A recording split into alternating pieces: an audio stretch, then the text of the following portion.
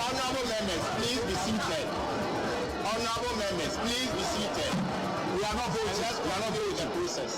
It is either secret ballot or nothing else. Honorable members, please be seated. Secret ballot or no vote.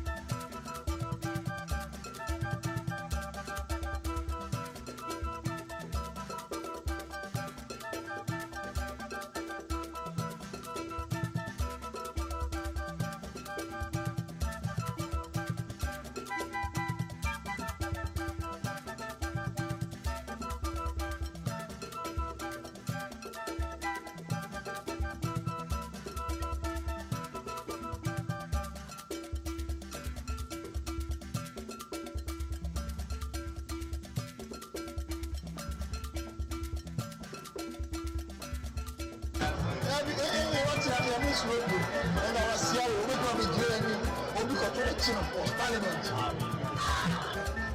And that's a new photocopy of Abraham, so it was with you.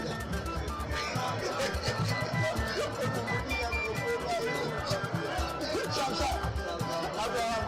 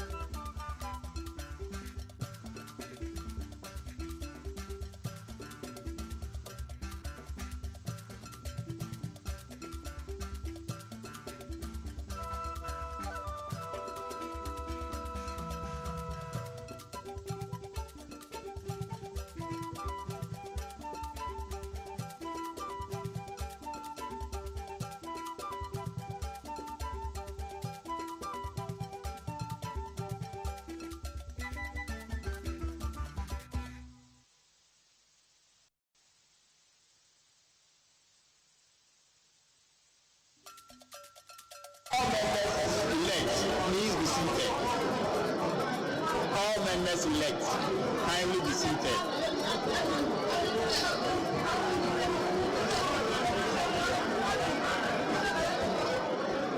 All members elect.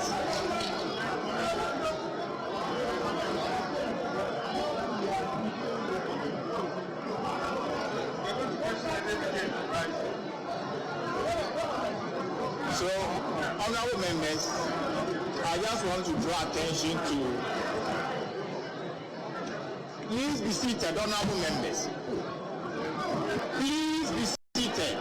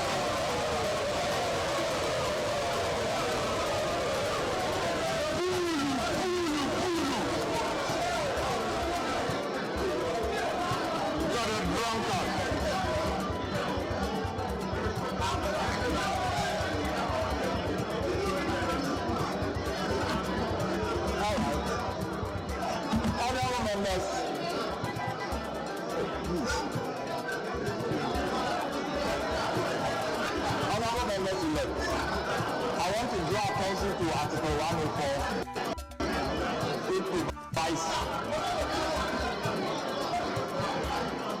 that, and I quote, where Parliament is considering a bill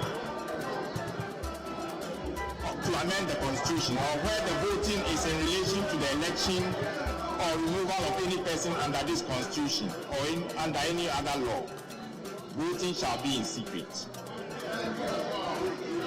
I'm therefore enjoined under Article 104 of the Constitution, as well as 9(1) and 110 of the Standing Orders, to proceed to conduct the election by secret ballot.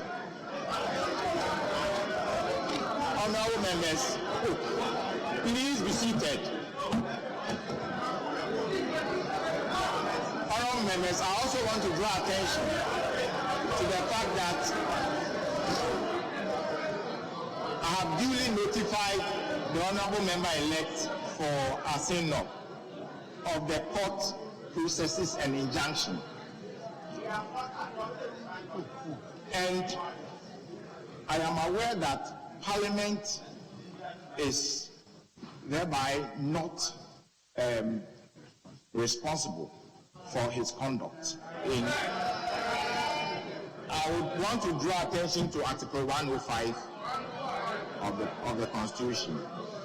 Say, a person who sits or votes in Parliament, knowing or having reasonable grounds for knowing that he is not entitled so to do, commits an offense and shall be liable on conviction to such penalty as shall be prescribed by or under an act of Parliament. I have duly had consultation with the Honourable Majority Leader and the Honourable Minority Leader on this.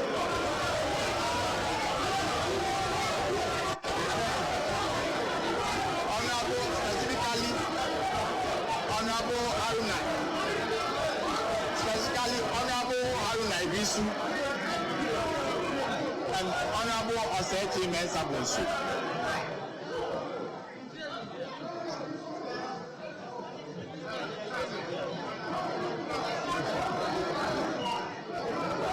And so the Honorable Member for Asino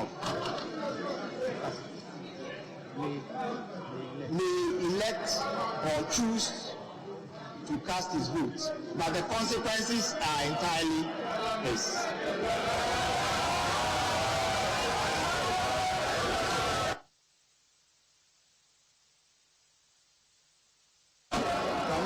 We shall accordingly proceed by mentioning the names in alphabetical order, and then the voting shall continue.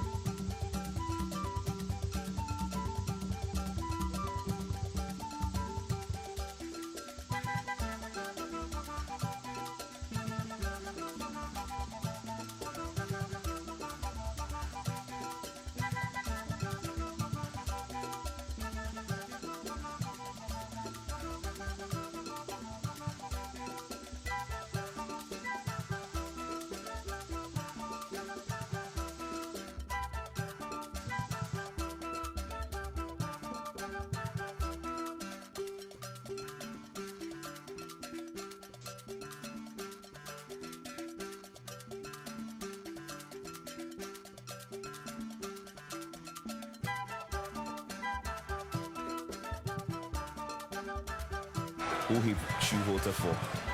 And that would have sympathized with the clerk. So what is he expecting the clerk to do in this matter? Exactly. If the person decides to show his vote, what else should the clerk do? Did the clerk to say the person is disqualified, or? Because the man was called, he's going to cast his vote. We're just going to drop it in the ballot box, and then the ballot box has been taken away. Reasoning must prevail, but it doesn't appear that there's any reasoning in the house right now. Anytime the process starts, this happens. This is almost the third time it's happened. The process starts, and then there's some commotion. But we're talking about the decision of the clerk to sort of backtrack when we say that decision.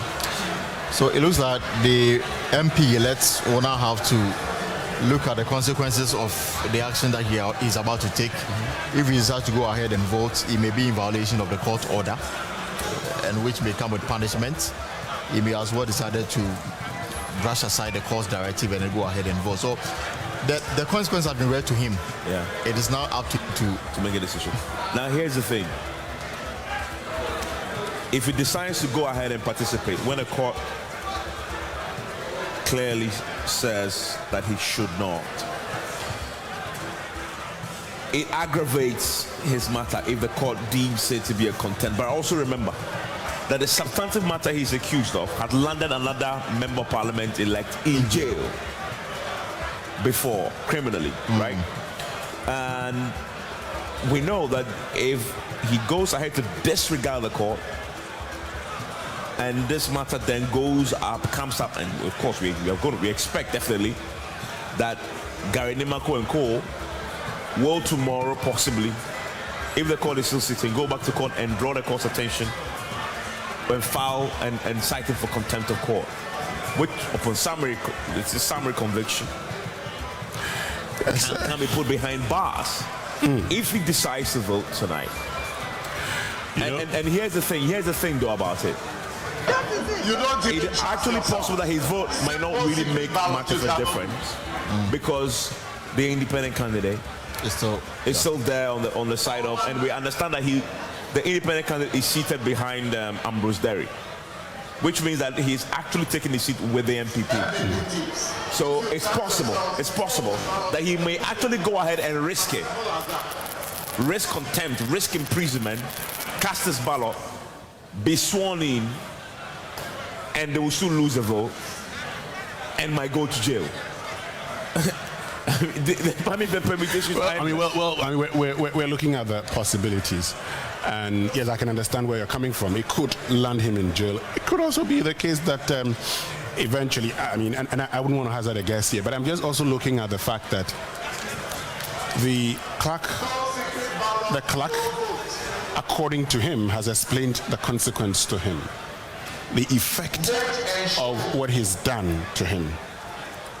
Now, there's a school of thought that argues that, well, if it was good for Techiman South to have a member of parliament, why should he be injuncted? Well, the High Court decided to injunct him.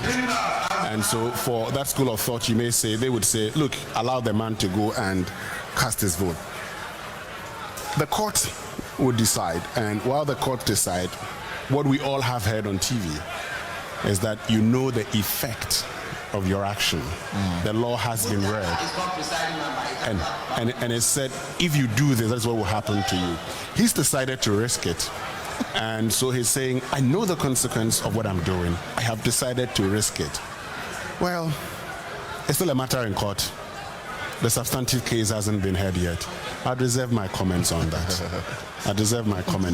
But I am unhappy with what is happening. And I must state that what is happening here in Ghana's parliament, our leaders would lack the moral right to condemn people who do these things. Exactly. You lack the moral right because you are depicting it on television. Everybody's watching. You have a concern. Draw the attention. And it is the reason why we say there are processes to follow. So if Honorable Muntaka has a concern, fine. The clerk to Parliament, initially when he said he didn't recognize the Member of Parliament elect for Asin North, you took an issue with it. The clerk has done what he thinks is reasonable to say you can go ahead and vote. And that is to restore some bit of calmness in the House. The moment the clerk says you can go ahead and do this, that means, look, we can go ahead and vote. I have told you what could happen to you. You say you want to vote. I have spoken to the majority leader. I've spoken to the minority leader. They both say, no problem, go ahead and vote. And that's the consensus building in Parliament. Right. Once that is done, why do you go and lift a ballot box? Meanwhile, when we were voting in the referendum, did we not see all manner of people showing that they voted yes in this country? Yeah. Did we not do that? How different is the national voting from this? People voted and took pictures of it and put it on social media. And I'd love to quote Samson Ladi Anyenini and Martin Kpe when we're having this conversation about secret voting and all of that. It is if I vote, for instance, and you, Evans Mensah, do anything that shows how I voted, but I have decided to show my vote. Let the person presiding here, the chairman, rule and say you cannot do that. But to lift the ballot box, then we go back to where we started. No. It's looking as if, there's an attempt to thwart the whole process. Report to the clerk, let the clerk deal with it. If he says you cannot do that, continue, so be it. Yeah, as you see now, Muntaka has been calm. His other colleagues are trying to calm him down. The ballot box, by the way, is still not where it used to be. Well, listen, we expected this to happen, but this is not to this scale. Yeah, it has gotten out of hand, clearly. These are politicians who we know in the national elections sponsor people to, when they vote, bring proof that they voted for them. Yeah. Either in the primaries or in the general elections. It comes to Parliament, and because of that controversy surrounding the secret ballot, they can proceed. They won't allow them to proceed. Now, the question still remains: what should the clerk do in the circumstances such as this? I don't envy him. This is a difficult one. This is definitely a difficult one. If the person decides to show his ballot, there is no provision either in the constitution or the standing order that prescribes what happens with the person if that person does that. There's nothing. There's nothing. So it is one of those moot points that it's difficult to make a big deal of. That we all know it's not right. It should be secret, and yet members of Parliament have decided that they will breach the law. They will breach their own standing orders, and as a result of that, the process is stalling. We are almost at 3:30 a.m. and they've not cast any ballot yet. A few of them names have been mentioned, but we don't know yet where this is going. If you're just joining us, of course, that's where we are with the process in Parliament to elect the Speaker. 2 names have come up, have been nominated, seconded and approved. They are on the ballot now, Professor Michael Quay and also the member of, former member of Parliament Fernando Localo, Alban Babe, who are both going to be on the ballot, but are on the ballot in fact. The voting started 3 times and have all been disrupted, which is what we're all seeing on our screens right now because of concerns of members of Parliament disclosing their preference. Their preferences of who they voted for. The procedure says it has to be by secret ballot. Now, another key development, if you're just joining us, is that the clerk to Parliament, the clerk to Parliament is has made something of a U-turn. Initially, when he had received the orders of the High Court, injuncting the Member of Parliament for Assin North from participating in the process, he said he would not recognize him because the court restrains him from carrying himself out as an MP. As it turns out right now, after consultations, it says, with the minority and majority leaders, the NDC and NPP leaders, he has decided that he will leave the fate of the Member of Parliament in his own hands. He should decide to vote and be sworn in at his own peril, so to speak, because of course he believes that will carry consequences with the court once he does that. And so we are waiting to see. That's another thing we're waiting to see, whether he would go ahead to participate in the process against the clear orders of the court. That's where we are. I wanted to listen in a bit to the sights, to the sounds of the Parliament, which is in total disarray right now. Nothing is happening because they can't agree on whether or not to respect the Constitution, their own standing orders, when it says the voting shall be by secret ballot.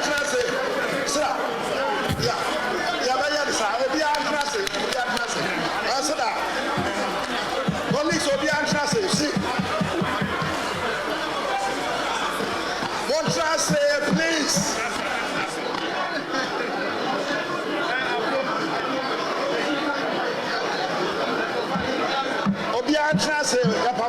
Sit down, please.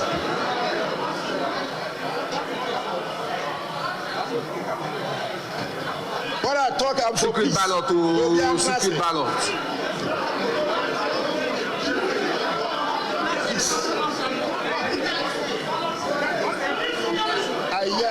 One trust. Yeah, the best thing yeah, one job you trust. You went for it's enough. That's all. You can't get everything 100%. You can't. Madam, what trust ya? Obia was a one trust. That's right. Obia was a one trust. Yeah, what can you buy this? Obia was one trust. That's it. For where you go? I'm over busy for. Yeah. We're going to see. Yeah, faculty or faculty people. Chairman, Mr. Chairman. Oh, maybe I do. We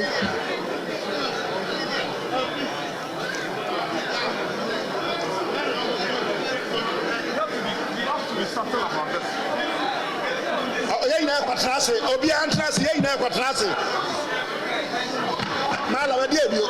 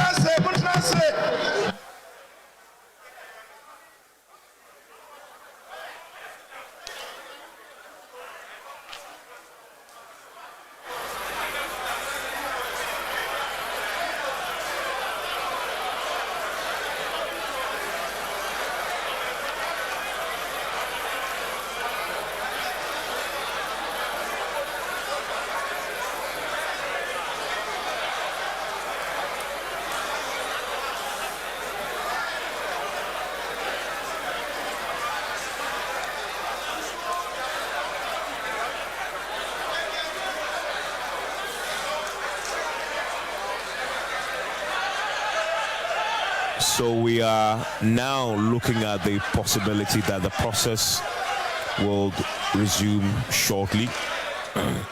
It appears that the calm is being restored again. This will be the third time they've tried to restore calm and the process had degenerated right after. But in the meantime, I can't see the ballot box. The ballot box that Muntaka took away. I can't see it. I don't know where it is, but I don't know where it's been positioned. But it's anybody see the ballot box?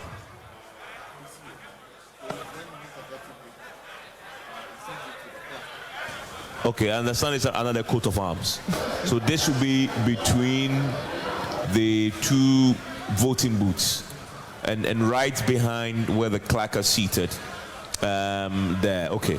So I guess what? So the NDC side had insisted that okay, as our camera pans in now, we're getting the closer look at that ballot box that is there, right under the coat of arms.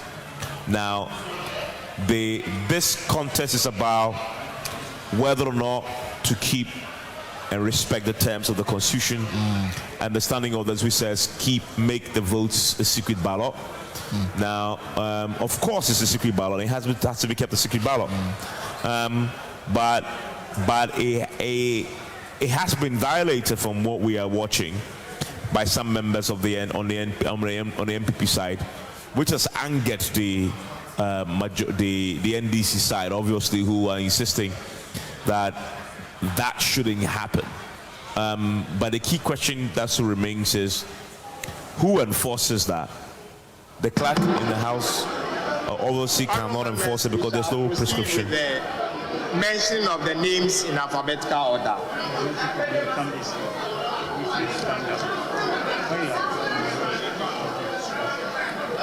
There are two collection points. Where is the first order? Choice of speaker on the list and cast the ballot.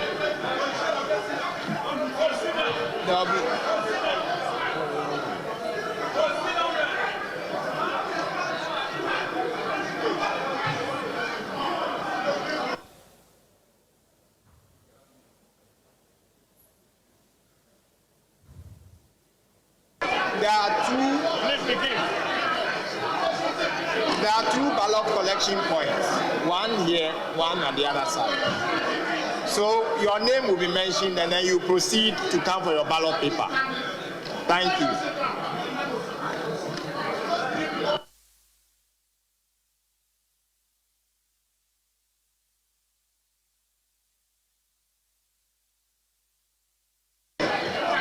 Abaka Samuel Erickson, Shama.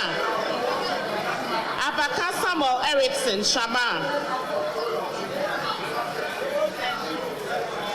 Abdullahi Jacob Idris, Sabalugu.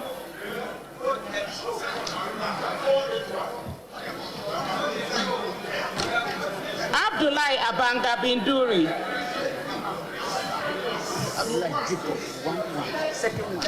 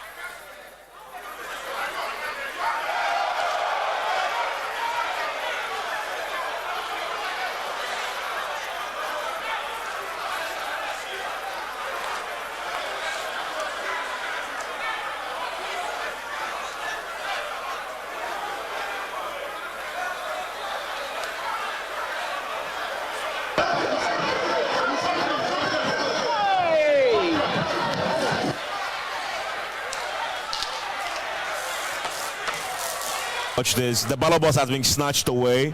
There's a oh wow! The John Jinapo has kicked the ballot box. They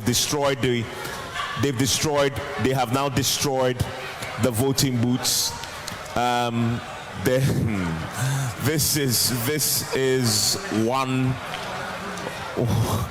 This is just undescribable. I mean, what just happened there is the process now just completely completely out of order. I can't find the words to describe what I've just witnessed. In essence, let me try and compose my words. In essence, voting started. It appeared that whoever cast his ballot the last may have breached the secret balloting procedure, and a minority, the NDC members, had moved up to where the ballot box was, led by Muntaka Mubarak and a few of the other NDC members. There was a struggle over the ballot box, and I saw the marshals trying to save the ballot box. Eventually, somebody grabbed the ballot box and ran away. In the process, they were pushing and shoving. The voting booths were then kicked and completely been torn a shred now. I saw John Jinapor kicking the ballot box whilst on the floor. In fact, I see his brother, Abu Jinapor, in the midst there. He's in the suit. That's Abu Jinapor on the other end, trying to calm things. I see now that they brought back the voting booth. They brought back the voting booth that had been kicked all over on the floor back now. But it still looks pretty broken up. They have to find a way of rearranging it now. The police officer, I see a police officer now who has stepped in to try and calm tensions. Now, look, at this moment, I give up. Well, at this moment, it's become a disgrace. It's a disgrace. It is. Look, I don't know what to say again. I think I've said everything there is to be said. This is not what is expected of our democracy after 28 years of practicing democracy. This is supposed to be the 8th parliament of the Republic of Ghana. And if we see ourselves as the beacon of democracy in Africa, this is shameful. This is absolutely shameful. Both sides, I must be said, are wrong. Both sides are wrong on the matter. Your standing orders are categorical that this should be by secret ballot. It's simple as that. Simple. And it goes ahead to prescribe how to even fold your ballots, prevent another person from seeing it. Once you show that you are disrespecting, violating your own standing orders in the House. Now, that's one condemnable act. The second condemnable act is for the other side to take the law into their hands, rush on the ballot box, attempt to seize and snatch it, destroy public property, as in the voting booth that has been set up, kick it and destroy it. And this is happening in the chamber of parliament. This is really shameful. It's I just run off the words to describe this. This is the 4th time this has happened, but this is the worst of the 4th. Exactly, and at this point, I think that the clerk should also bring some bit of order there. Now, if based on his understanding, they're not supposed to show it, he should firmly state that and ensure that any member who does so be punished.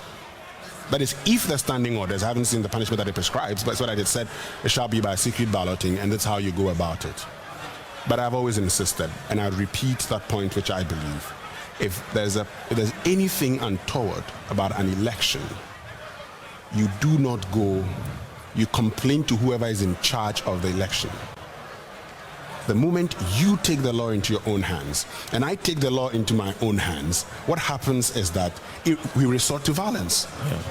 It is the reason why we have,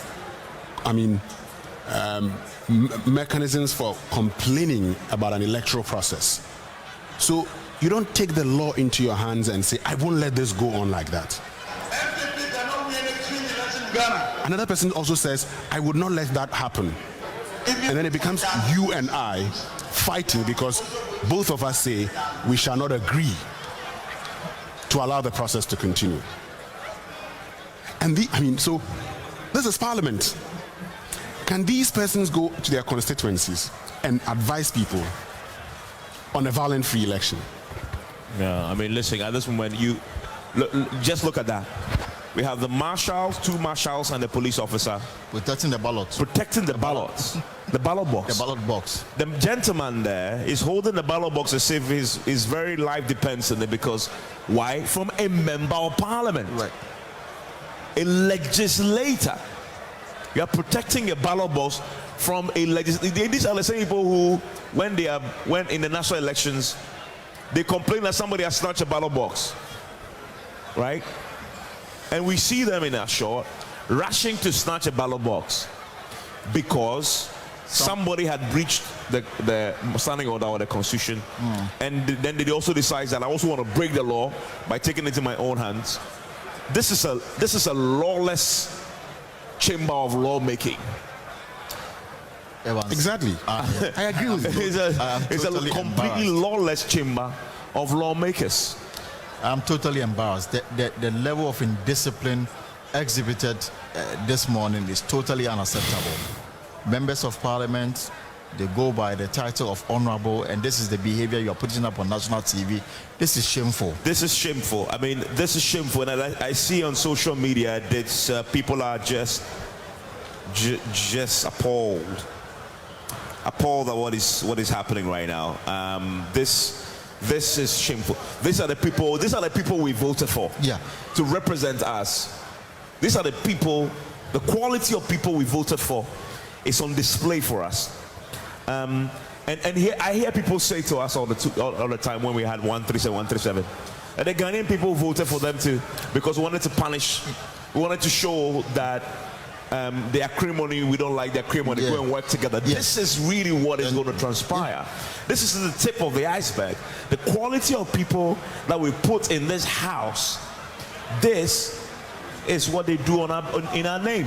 We send them when persons have done something far less than this in national elections, swift consequences come. Who is going to sanction, first of all, this MPP person who violated the clause that says basically ballot, and who is going to hold and sanction the many MPs who rushed on the ballot box and kicked public property? From what I understand, the polling booths are part of the Electoral Commission booths. Yes. Right? So they are public property.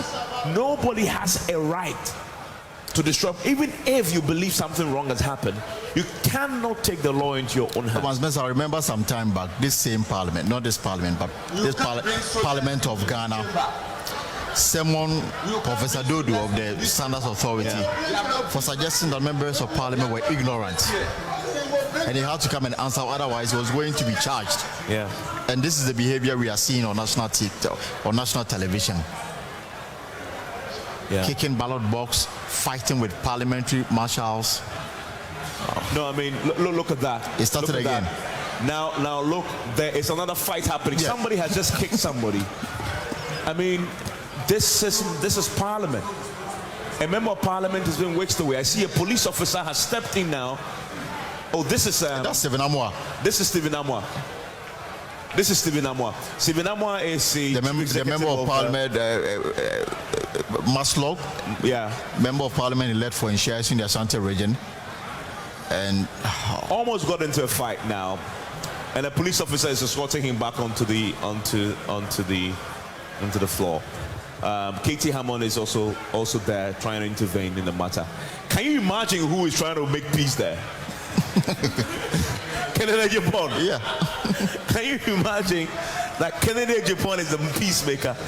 He has been all along. To be fair to him, he's been very quiet. To be fair to him, all evening, he's been very quiet. He's been trying to make peace.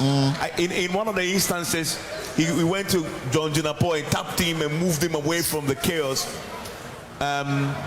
Goodness me, this is just completely shameful. And every single member of parliament in the house should bow their head in shame. Everybody. Every single. Their kids, their children will wake up and see the videos of their father, not taking clear instructions,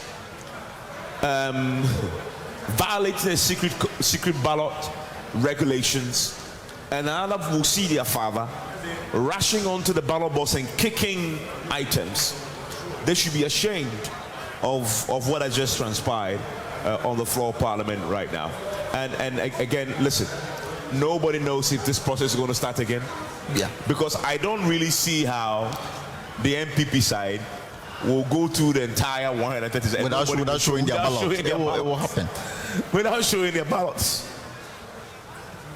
Listen, I expect the leadership to show some kind of authority here, but even they themselves are the ones who are, instigating their own members to undertake this unlawful enterprise. Now, but here's the thing. Chairman Sambungsu, I expect more from Chairman Sambungsu. Yeah. He should instruct his people to keep this secret.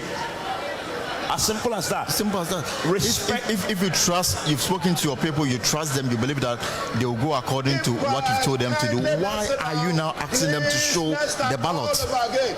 And it is in the place of the NDC MPs to also become physical and take the laws into their own hand because someone decided to go against the law. Why is the clerk not ruling those ballots as invalid? If showing the ballot becomes an illegal activity. Yeah. This is pretty shameful. Listen, I want to read a few of the social media messages. Sam Saidini says, Clerk, did he prepare for this job? I doubt if he did, Samson. And I see a lot more people commenting on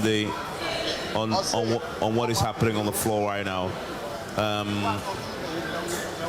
I'll be sharing a few with you. Nathan says, lawless lawmakers. Yeah, of course. Lawless lawmakers indeed. Pretty shameful stuff. Kent says, it's a shame. How did we get here, Kent? Kent is asking on Facebook. It's terrible. Now they've brought in military officers, fully armed, into the Chamber of Parliament. I don't know how this is going to end, but this is an invasion of the Chamber of Parliament. Okay, sir. Captain.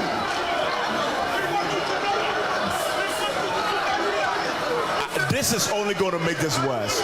Whoever brought in the military men, and I can't even tell if they are actually military men, whoever brought in these uniform-wearing individuals into the chamber has done a great Evans, if members of Parliament have decided to misbehave, what is the best way out? No, the best way out, the best is to bring the police.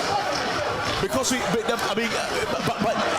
where we are at the point where we needed Wixon, where we are at the point where we needed soldiers in the chamber. Evans, to put it blankly, and we say, hold on. What we are seeing now is they are pushing the military men away. Military men, I don't know whether they're military men, but they are in fully armed fatigue, are now being pushed away by the members of Parliament. There's a huge fight now between the members of Parliament and these armed individuals who walked into the chamber of Parliament. I see Muntaka Mubarak in the scaffold. Some of these individuals who walked in, and I'm calling them individuals because it doesn't appear to me that these are military uniforms. It looks like special forces, it could be the special arm of the police, the counter-terrorism unit. I don't know what it is. Music. But, well, it's military. Is it military? Security officers. I mean, these security officers who are in the chamber, fully armed, some in uniforms that looks like military, are now being pushed away by the members of Parliament. This has completely degenerated entire proceedings in the House. The problem is that this is really unprecedented. They have entered with arms. They're armed. Yeah, they're armed. Yes, they're armed. You can see that they're armed. And certainly, that is not what we want to see. My question is this a justifiable escalation to bring in military, well-armed military into the Chamber of Parliament? The police must deal with this. The police must deal with this. There's a unit here in Parliament. Yes. And they should be allowed to deal with it. But you know what? Okay, so here we are. This look at proper military. This looks military. I think there should be a way out of this. Everyone should sit down. The military will go away. Everyone should sit down. Everyone should sit down. All of you. Can you imagine that we have armed military in the Chamber of Parliament to protect a ballot box from members of Parliament? Just one ballot box. Just one ballot box. Sit down. Take your seat. Everyone should take his seat or her seat.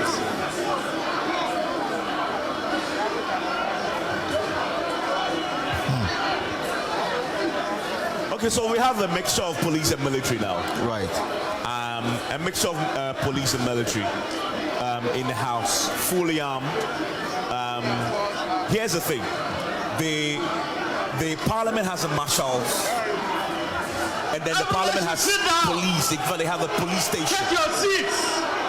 The question must be asked: Take your seats. Why should we take can the marshals and the police take our seats? rather be dealing with this Why take and not the military?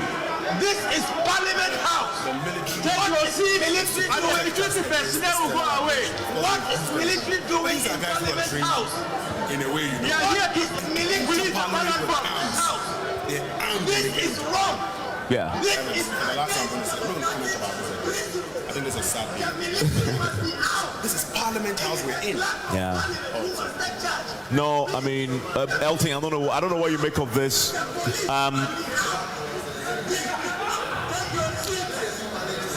No, but here's the thing. At the point where we were, nothing was happening. As a matter of fact, they were just about taking their seats for the exercise to restart. And now...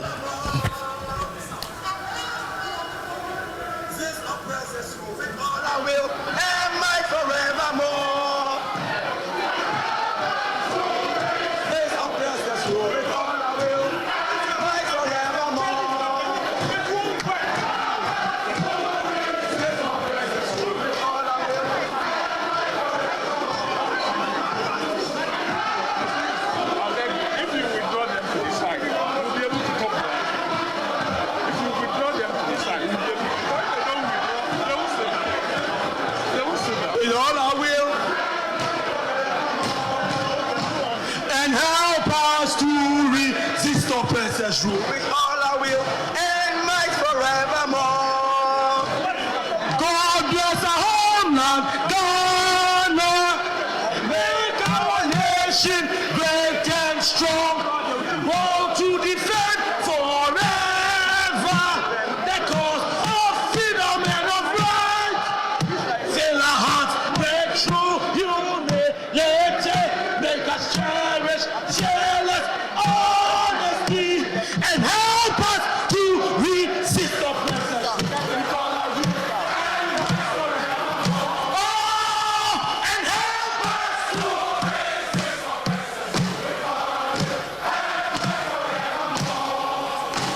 And help us to resist.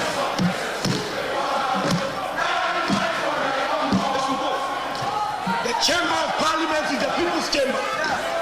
The military has no business in our chamber. No. Your actions are tantamount to an attack on the democracy of our country. Yeah. Your actions are tantamount to a coup d'etat. And we shall oppose you in defense of the Constitution.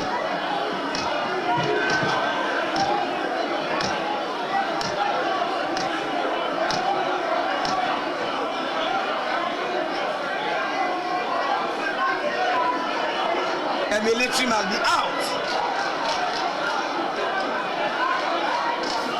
So here we are, a short few minutes ago, fully armed military men stormed the Chamber of Parliament. Yes, Ghana's Chamber of Parliament. Fully armed military men stormed the chamber, entered the chamber, walked in, marched in, and took positions around the entire area where the Speaker's chair is. Presumably to protect the ballot box. Now there is resistance now from the NDC side of the House.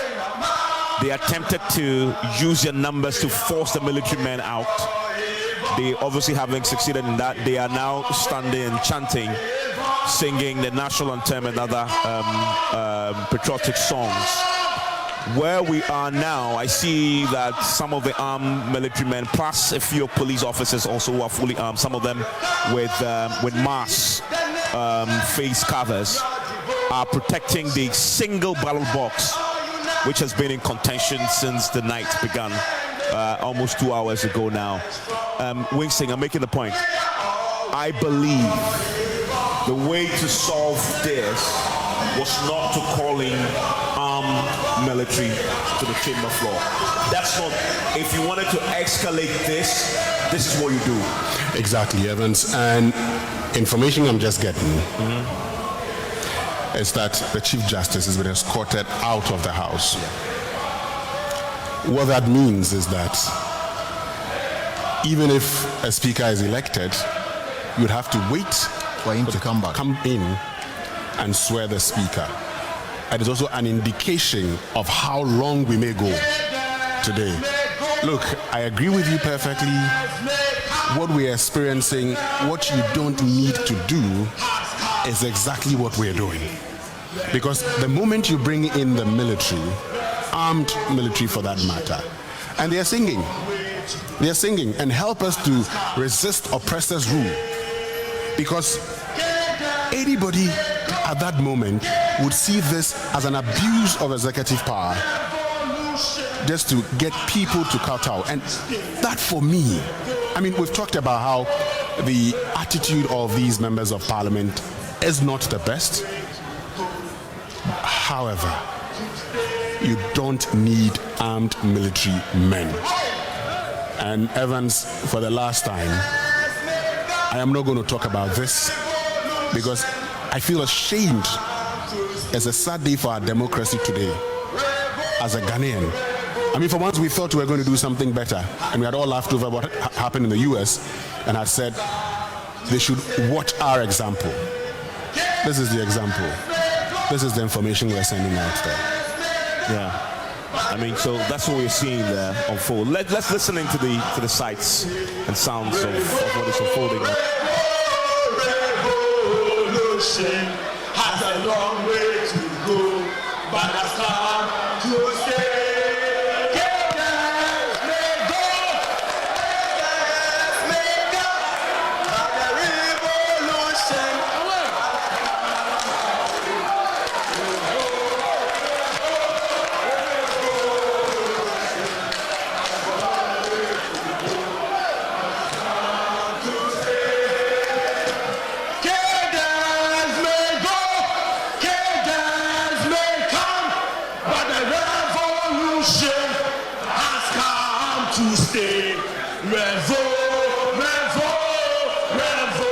Revolution has a long way to go.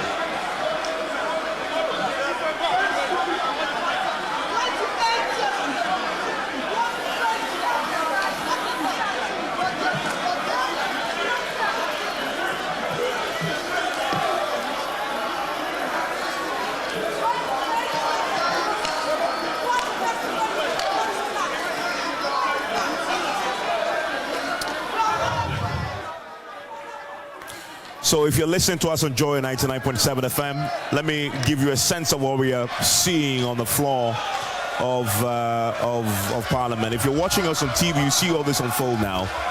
The House is currently at a stalemate. It appears to me that the armed military men have now left the chamber, and as I've said, that was the only way to resolve this particular matter. I actually believe it was uncalled for and unnecessary to bring in the armed military men to the floor of the House. Nothing had happened there. Of course, there were chaos, there were movement and pushing of ballot boxes, etc. But there were policemen and the marshals who had dealt with that situation. It had not escalated to a point where military men were needed on the floor of Parliament. And as we saw, it degenerated. They had left, and we still have the marshals there doing their jobs. They've been doing a job well until the military men entered onto the floor. And now that they've left, it appears the calm has been restored. Members of Parliament are taking their seats again, and possibly this process will begin again. Now, what has stalled this? What has stalled this fundamentally are members of Parliament on the MPP side consistently breaking the regulation surrounding the secret ballot, which, by the way, I must say, is in their own standing order, which prescribes that the votes for the Speaker, if two people are nominated, shall be by secret ballot. It doesn't leave room for people to be breaking that rule and showing who they're voting for. But that is what we have seen play out today, for which reason we've seen how both sides of the divide have fought right. And you can see in your shot there the ballot box in question, which has been protected by one police officer, in fact 2 police officers and 3 marshals of Parliament. Just a single ballot box has become a key issue. Now, this is what has stalled the process in Parliament, which again has become a major issue of contention. It's one of those things that has left many on social media condemning the procedure and the actions of the members of Parliament. When you have a clear rule that they themselves had put together to govern their affairs and will not be respected by themselves, which is the secret ballot. And then once that violation had happened, you have another group, which is the NDC group, also then deciding to take the matter into their own hands and destroy public property.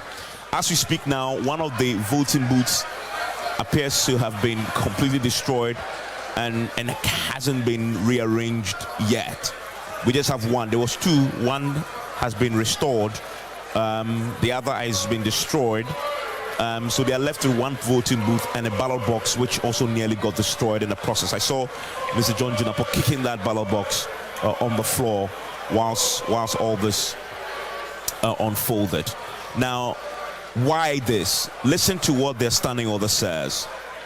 Where at any ballot between 2 candidates, this is the procedure for the election of the Speaker and of the Deputy Speaker, which is the subject in contention, right? It says an officer of the Parliament, I want to read the portions, the relevant portions on this, which has been violated and that's caused this commotion. It says, when nominations have been received, and clerk shall announce that the ballot will now be taken. And it says, an officer of the Parliament shall give to each member present a ballot paper on which the member may record his vote by writing the name of the person for whom he wishes to vote for. And it says a member can only vote for somebody who is, of course, been nominated. Each ballot paper shall be folded so that a name written on it cannot be seen The ballot papers shall then be collected by an officer of the Parliament and counted at the table of the clerk. It shall be by secret ballot. A simple matter such as that is what has generated into the chaos, and that you cannot show your ballot to some other person. The MPP side is hell-bent on violating that process, and we've seen the NDC side objecting to that to the point where they've decided also to take the matter into their own hands. Both sides, we have repeated here, the actions of both sides are completely condemnable, and social media is reacting to this appropriately, condemning the actions they've seen of their members of Parliament on the floor today. So we are, of course, so a few of the comments, Franklin Kojo says, who called in the fully armed military into the Chamber of Parliament? This is so unfortunate, and I agree with that view also, that wasn't needed on the floor of Parliament, because it hasn't been something that definitely required that at that point. But of course, we've seen that play out. Intrado says, where are the lawyers? What's the constitutional protocol for military presence in the Chamber of Parliament? Well, we'll see and hear that. I know that things have gone. I want to go back to Parliament now. Let's listen into the conversation. But we need to listen to our leaders. Our leaders will confer, and then we'll get business going.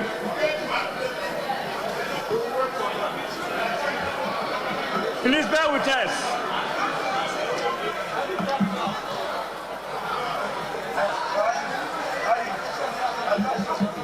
They should just go and say that Magbi should be the speaker, and then we go. Simple. Magbi should be the speaker, then we go.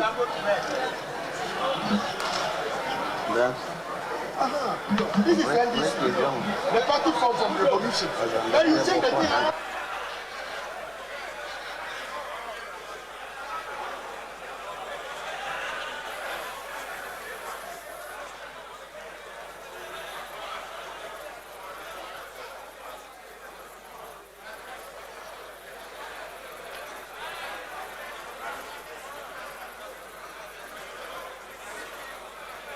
There appears to be some order now, Elting and Winston.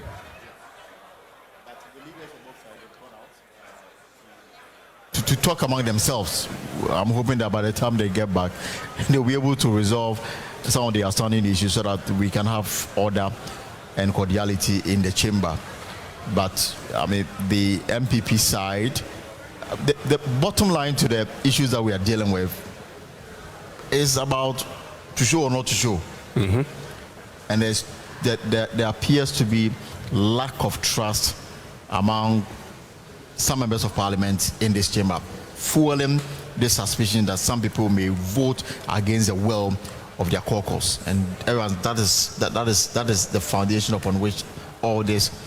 But is it only on the side of the MPP that they have that fear? I mean, doesn't the NDC have that fear too? Well, I mean, based on the information we're picking, you can see the NDC is insisting on the secret voting.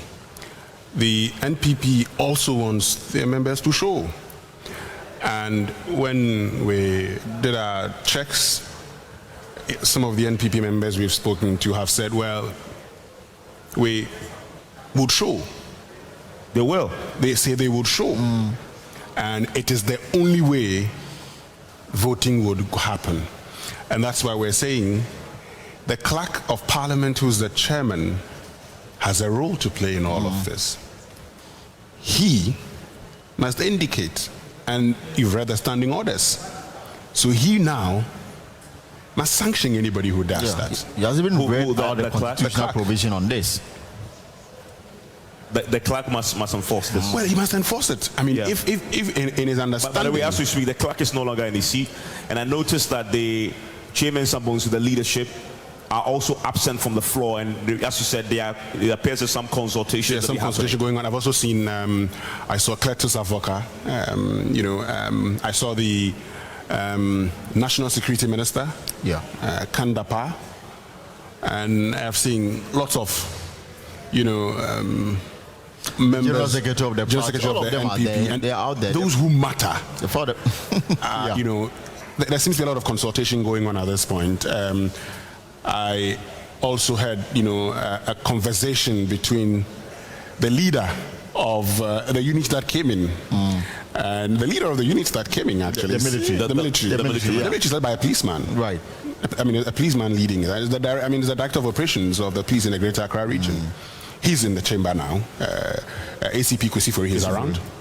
And I saw some NDC members of parliament in engagement, in discussions, when saying, we're not going to do anything untoward. Right. We're not going to do anything bad. Come on. Rest assured, we're not going to destroy anything. So gradually the conversations are being had, and it is looking like the next time voting begins, it just may go through smoothly. No, but if what you say is what it is, that the NPP guys are determined to show their ballots, it doesn't appear to me that NDC side is willing to entertain that, which is what has generated this particular. So if they come back and that still happens, it's happened 4 times already. I don't expect that NDC guys will sit there and allow that to happen unless the NPP side decides to do the right thing and simply respect the orders and not show their vote. So the leaders are out in the division room. I'm sure they are trying to resolve their differences and then chart a way forward so how this process should progress without any more drama. When they come back, I'm sure they will communicate to their members the decision that they will reach, and then we'll see how this will go. But what does it say about the NPP when they can't trust your own newly elected members of parliament to vote for your own Speaker of Parliament? Your own speaker, your own nominee for the Speaker of Parliament. I mean, what does that say about your members of Parliament and the NDC and all the seniors within the party who have for many days been meeting in caucus, as Kojo told us, Kojo Ponkuma told us, with these members of Parliament elect strategizing on the name that the party had agreed on, that you cannot trust that your own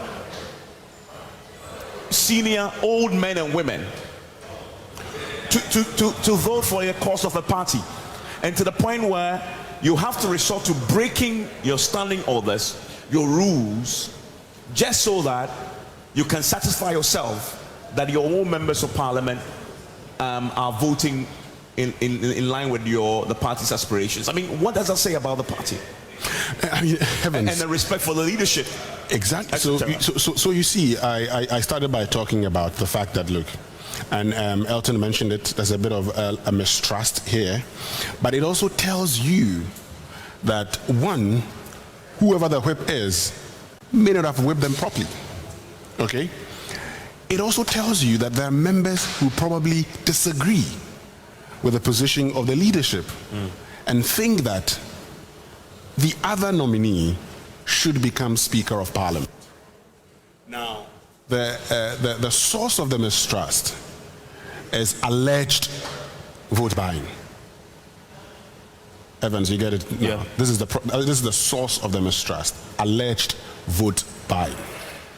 As we went round, Elton, that's what they told us. Alleged vote buying. And so you're asking yourself, is this the best way to solve it? Yeah. When you have orders that says secret balloting. I have said, and I've said my position already, I'm not going to go back to my position. But if somebody doesn't want to show his vote to you, don't compel the person to show by whipping him in line. That would be contrary to what normally would be permissible if we were to go ahead and interpret our laws. So, seriously, I just don't get it. Yeah, I mean, listen, there's calm now on the floor. But it's been like this before, right? It's been like this before. It's been like this before. So they shouldn't give you the assurance that it will continue. Thank you. It's almost like as if the calm before the storm. Let's voting start again, and let's see. We have 3 marshals there that are protecting the single ballot box now. And I noted earlier, Elting, there were 2 voting booths. Yeah, one is totally destroyed, yes, and so cannot be reassembled. The other one has been assembled and is seated there and waiting for the. So I mean, how do you vote now? First of all, now this is going to delay the process even further. Because when you had two, you can call two members of parliament to come and vote at the same time. Now you have one. So it means you have to come one at a time to come and cast your ballot, which then means the process is going to be delayed. But an MP deliberately destroyed the voting booth there, took the law into his or her own hands and must be condemned, and destroyed the voting booth, kicked it out, tore it apart, and as we've seen, they can't put it back together. That is the state of our parliament right now. It has to be condemned in all the strongest possible terms. Both parts of the house, both sides of the house, definitely.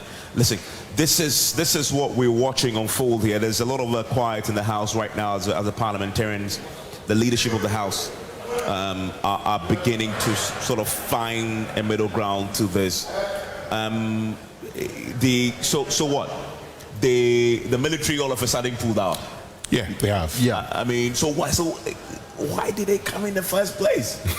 I honestly don't understand that. I mean, they came in, make the matter worse. It's only when they left that the thing became resolved. And anybody who is in this country on the back of Techiman South will not have called in military anywhere near this situation. Because you know already that the NDC guys have already taken a position on this matter, right? Calling the police.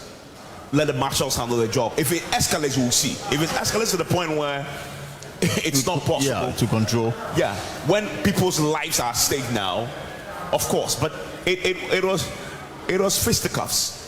It was people throwing a few blows, people dodging it if they can. That doesn't require the presence of the armed military on the floor of Parliament. But that's what we saw. So what happens now, LT? Yeah, so the leaders are still meeting. They are not back, so clearly they are still discussing the way forward and how to avoid the spectacle that we saw some few minutes ago. Indeed, the bone of contention, I mean, we've been talking about is about whether somebody should vote and, you know, show it to the 275 members of Parliament whom he voted for, or you should just vote in secret, go and drop it in a ballot box, and then all of us have peace. From what we are picking from the some people on the MPP side, they also insist on their people voting and them letting everybody know where they voted. The NDC says that it is a secret ballot and it must be treated as such, and that's what is going to happen. I'm expecting the leaders to reach some kind of a compromise on the way forward. Once that is done, I don't expect to see another round of confusion that might require another set of military personnel into the Chamber of Parliament. That's not what we want. I think this, what we've seen so far, Ghana, a beacon of democracy, but what we are experiencing and seeing on television is just an eyesore. So embarrassing. And I mean, Evans, I mean, I can't find any more words to describe what I'm witnessing so far, unprecedented in parliamentary democracy. Yeah. The Chief Justice is gone. We do not know when he will be back to swear in the Speaker of Parliament. If even we're able to go through the process and elect one, it's 4 a.m. Actually 4:14 a.m. And we are still nowhere near the conclusion of this process, just because there's clear misunderstanding between two honorable members in this august house, and they can't find a common ground to address their grievances. Rather, they've resorted to violence and violence. You use the word. Yeah, they resorted to violence on the floor of Parliament by members of Parliament. Listen, if this is a taste of things to come in the 8th Parliament, goodness me, we are in for one hell of a ride in the next 4 years, Winston. Exactly where Evans. And look, when I got Joseph Opoku-Gakpo to do an interview with the minority leader for me on something I was doing, and he talked about how Parliament always works well, you know, based on consensus, and the fact that they always reach a consensus on many of the decisions they take. Only a few that comes out there, and that's when we get to probably report that Parliament is divided, and we think that consistently Parliament is divided. But you know, the division starts from now, and one of the things we have seen is that if the voting process alone has become problematic, how about passing, a budget, for instance, an appropriation bill into an act for government to spend? We've seen lockouts in other jurisdictions. We've seen it in the United States, where Congress would say we are not going to give you a chance to borrow, and that leads to a lot of challenges.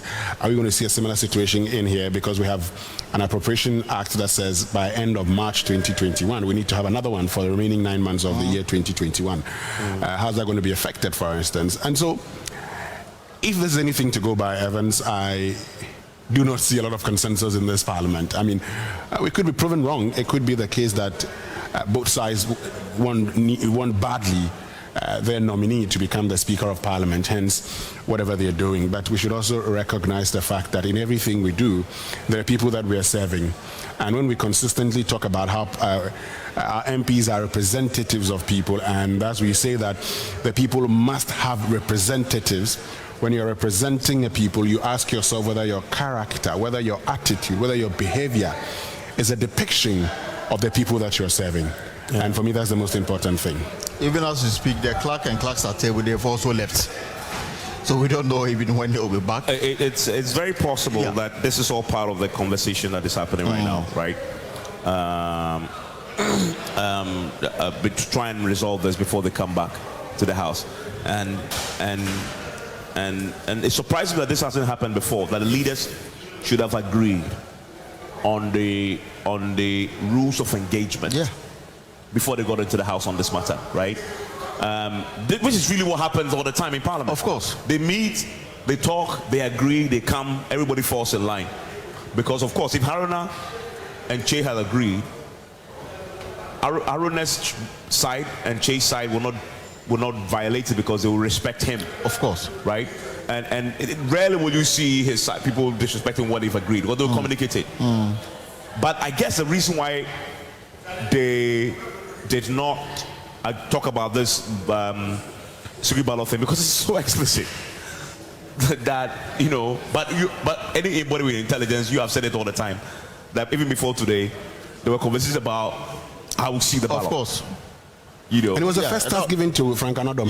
To ensure that is done. I'll see the ballot. And we saw the positioning of both the whips, okay? And so it's a tragedy. Now we are almost at, we are now well into 4, approaching 5 a.m. And the first order of business hasn't started. So if you're waking up and thinking, oh, this may be over right now, who is the new speaker? Please forgive us. We are nowhere near that. The only thing that has happened in the order of what the Constitution prescribes is a nomination. The nomination of 2 people. That's all that has happened. NDC nominated Alban Bagbin, MPP nominated Professor Makokwe, and this was on the floor. Chairman Sabungsu presented the name, shared his credentials. Haruna Iddrisu presented the name, shared his credentials.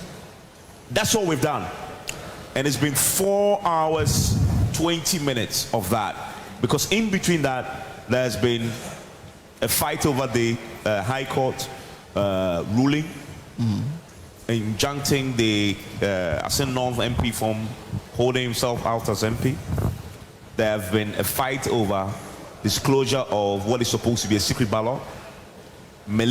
Armed military had been called onto the floor of Parliament. Yes, if you just woke up and you heard me say it, your jaw didn't drop. It's true. Armed military men were called onto the floor of Parliament to prevent what they feared to be a degeneration in violence on the floor, which was happening quite often, and the protection of the ballot box. And as we see now, the chamber is calm because we have been told that the leadership are now talking to try and resolve this before they return. The clerk to the House, who is sitting there, who is supposed to be the man in charge, he himself is not at the seat. He's gone, and we understand he's part of the conversation. The Chief Justice, we understand, who's supposed to swear in the... Has left already. Has left already. I mean, I mean, the truth is, he can be called in anytime they're ready. Anytime to do it. I mean, and I expect, I mean, the old man will be tired, right? He better go and get a sleep close by in a hotel somewhere. When he's ready, somebody will give him a call. His security agents can call him and say, we are ready, let's drive here. And that's a swearing in, and we move on. But that's where we are tonight as this unfolds. Listen, we need to take a break. We need to take a break and return because there's nothing happening. We're waiting for the two leaders to come in. When they return into the House, we will expect that the process will begin. We'll take a break. When we'll return for you, we're going to stay with you until this is done. There's been a lot of action since we started at 9 p.m. with the 7th Parliament, and we are nowhere near completing this. By the way, this may affect the swearing in of President Akufo-Addo. When we return from the break, we'll talk about that. We'll walk you through how the implications of what is happening right now, the long delay on the swearing in of President Akufo-Addo. By the way, in the interim, we don't have a president, do we? No, we don't have members of parliament. We don't have members of parliament. So as we speak right now, we don't have a speaker. We don't Ghana, have we don't have a member of parliament. We have a president-elect. Yeah, and perhaps the only, in terms of the constitutional arrangement, the only person who can hold himself in such position will be the Chief Justice. The Chief Justice. Yeah. So that's where we are right now, and we're watching this unfold. We're going to take a break. We're going to return more on this. The implications of what has happened on the swearing in, which was scheduled to start at 10 a.m. 10 a.m. is what? 5 hours away. So stay with us. Nowhere near that yet. This is your election headquarters.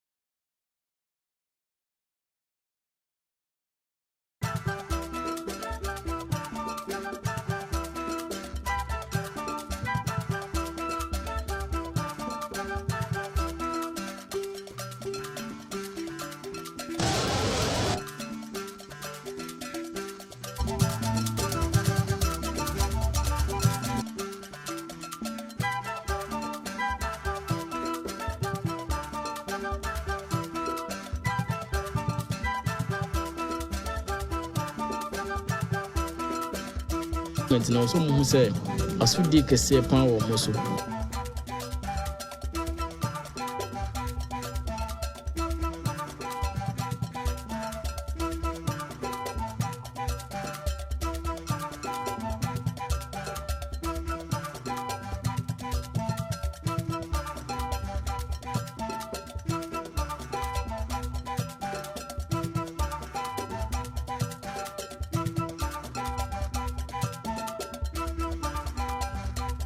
Immediately starting addressing his people. So I'm sure he's been given some assurance that the secret ballot procedure will be adhered to, and he's just telling his people that they should be calm and that secret ballot will be the way to go. And I'm sure some of them wanted to find out if that doesn't happen, what should happen, but that didn't come out quite well. So it appears some calm has been restored. We see Kennedy Japan now speaking to Haruna Idrisu. I'm sure some cool heads are prevailing. Afeni Martin has just joined them. Muntaka Mubarak is also joining them, and Ambrose Derry is also joining. So it appears that both sides are coming to some agreement that it should be secret ballot as specified and as detailed in the Constitution under Article 140(4) or so, and the Parliament's own standing orders, Order 9, I think.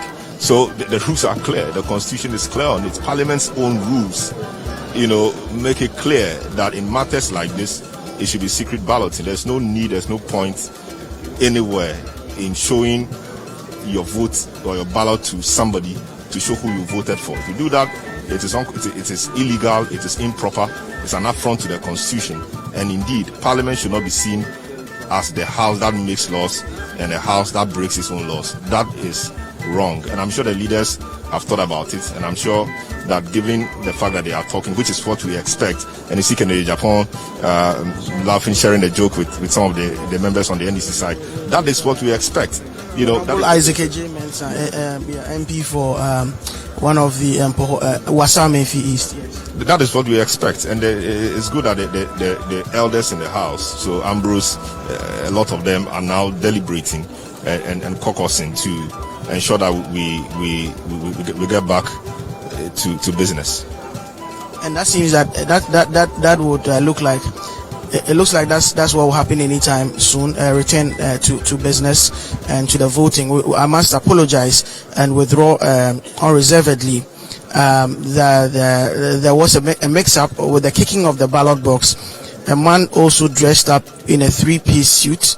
Because they are wearing masks, it's very difficult to distinguish between the two. We mistakenly indicated that was the Honorable Samuel Okudzeto Ablakwa. I will review the footage and tell you indeed who did that.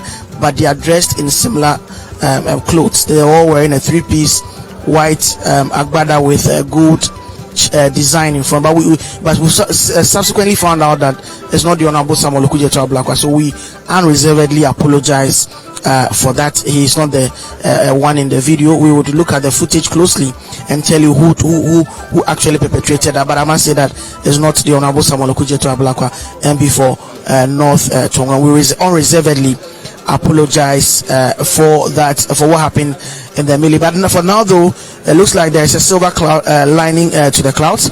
The Honorable Clerk of Parliament, the man on the hottest seat in the whole country tonight or this morning, is actually now coming back into his seat. It looks like there is some consensus as to what should go on, and very soon he will be seated and the voting will recommence, and we would see what happens. Well, once again, regrettable sights and scenes in Parliament here, especially with the invasion of the floor of the House by military men under whose orders no one seems to know. Yeah, so that is what is actually transpiring. That is a matter that is unprecedented in the history of the Fourth Republic. Once again, it looks like the shouts are starting again. It looks like the shouts are starting again. We don't know why. Is it because the ballot box is being taken out?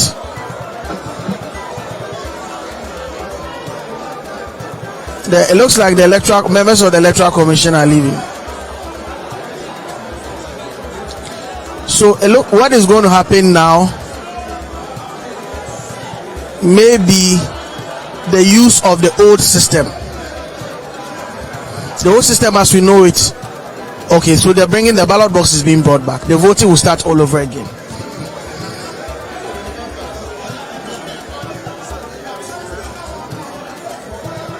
The two ballots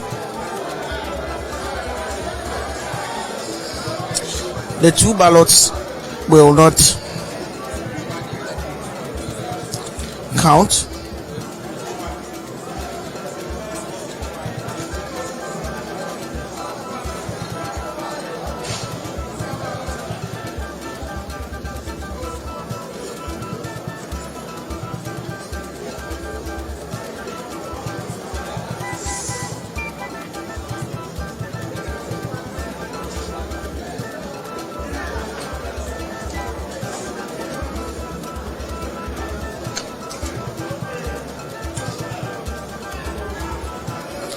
So the officials of Electoral Commission are back now, reconstructing the voting booth, and they're actually dismantling it.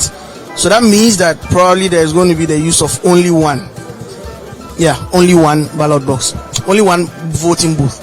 I think it makes sense that way, because initially what you had, were two booths, one facing each side of the house, and so if you are voting, there's the likelihood of you wanting to show it to your people.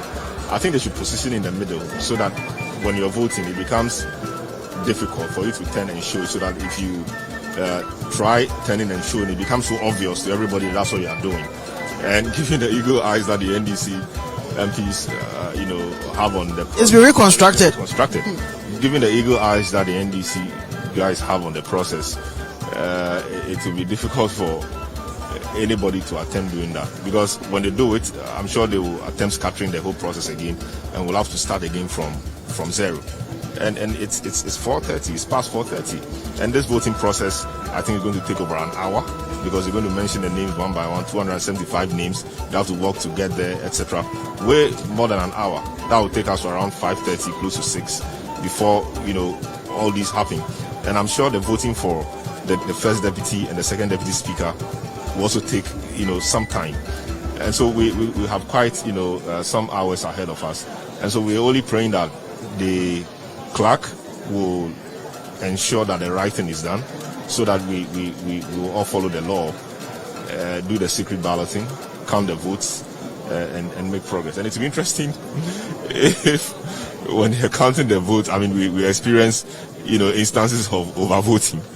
That will really be interesting. Or rejected ballot. That will really be interesting. They count the votes, and the votes are more than the number of MPs in the House.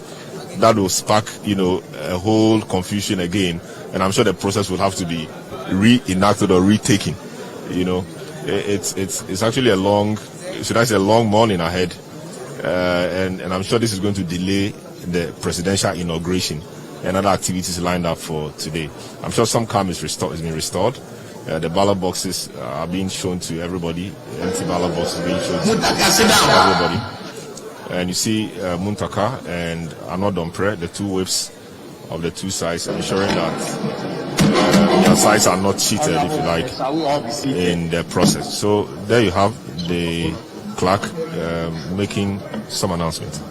Yeah, so we'll go to him now to conduct the process.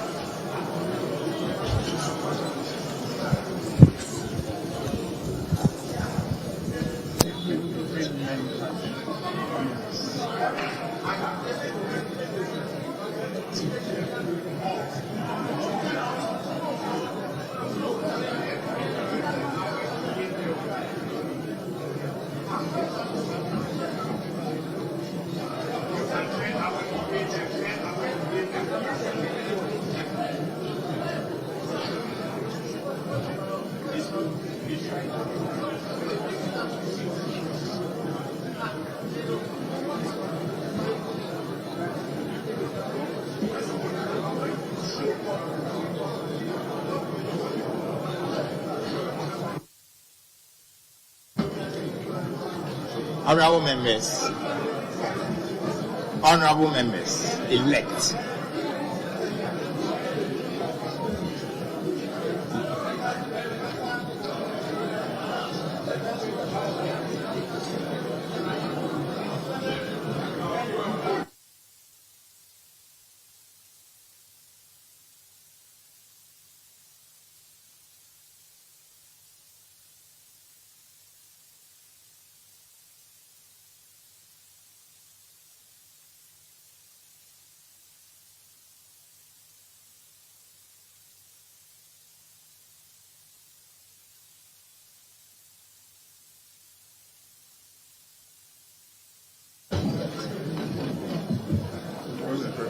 Muntaka, sit down.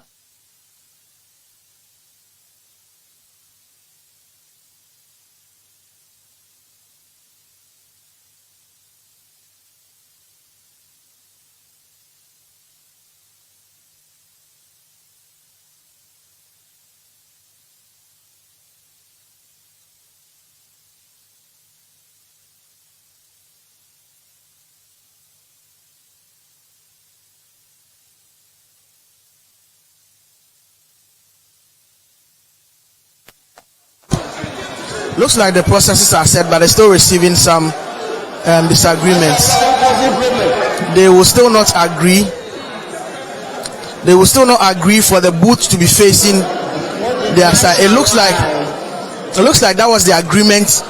Well, that may be conjecture because I was not in that meeting, so I'll stay away from that. I'll actually stay away from that. So I'll actually stay away from that.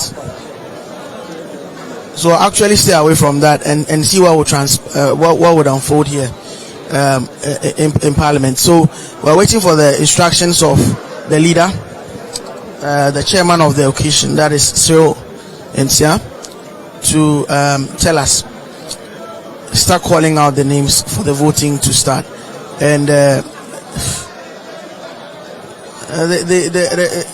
we thought this had been resolved. I don't know why we can't just get this right. I don't know why we can't just get this right. I think that the two booths should be brought to the middle. They should be brought to the middle, not too much space in between them, so that it will be difficult for anybody to show the ballot or the vote to somebody. This is so basic, and I'm wondering why members of parliament, people who have contested elections, some of them many times, some of them at least first time, but still contested an election, and understand the rudiments of election.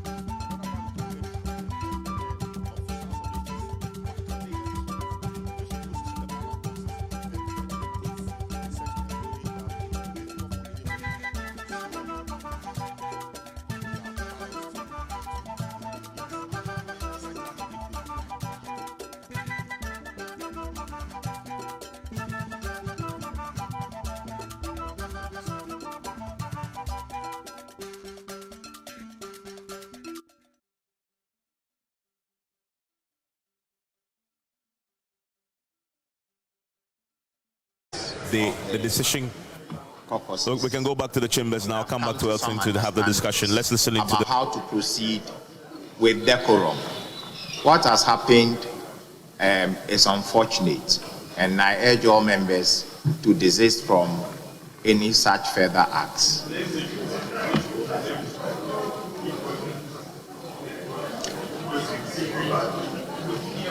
We will proceed with the voting. We have already announced that this is a secret ballot process, and so members should ensure the secrecy of the ballot. We will restart the whole process again. So we have placed before you a new ballot box, and we'll start by mentioning the names, as we said earlier, in alphabetical order. Thank you. Abaka Samuel Erickson.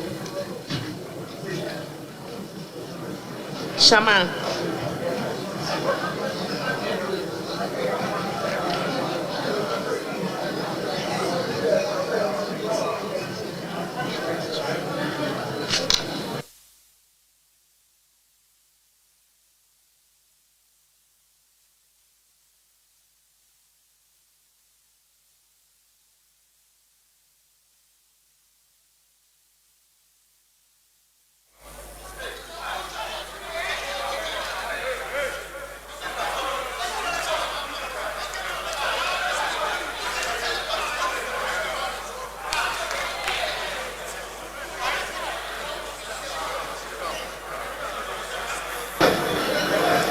Abdullahi Jacob Idris Sabelugu.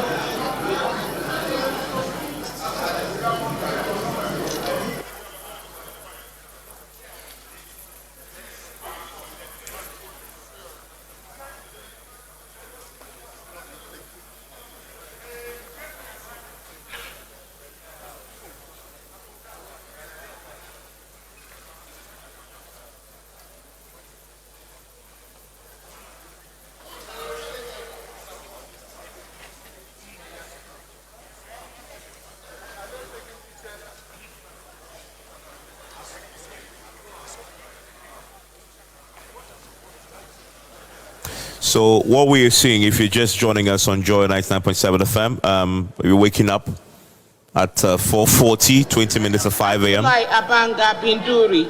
Voting has just started for the for the election of a speaker, and what is happening is that the clerks and the officers are calling the names of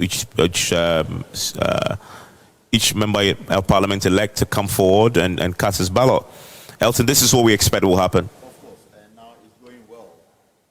This is the third person casting his ballot. We've had the member of parliament for Shama. We've had Savelugu.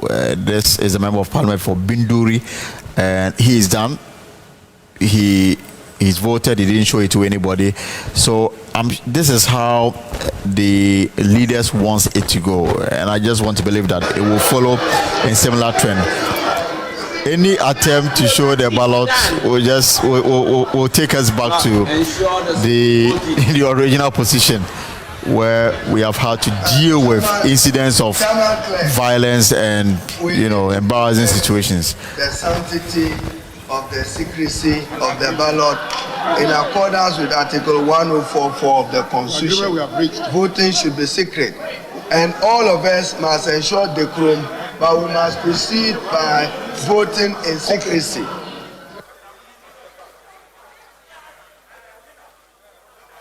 An MP decided to show his ballot, but this time we heard comments from the minority leader asking that the secrecy of the ballot should be respected, and let's see how that progresses. Yeah, I mean, so that is what has sort of managed to calm issues a bit on this voting that is currently underway.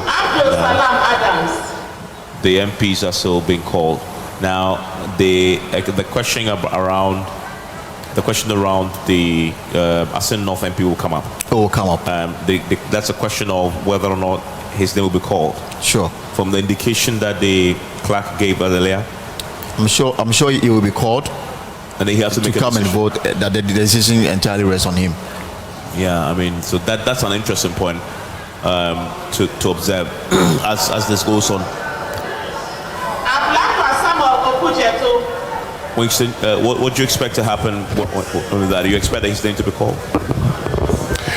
Well, heavens, that's a very difficult one for me because, if I were in his shoes, I know how I would have acted. I don't know what he would do now, but it's all over to him. He's been told what his actions could mean for him if he decides to vote. It's a choice he's made. The thing about life is that you're free to choose.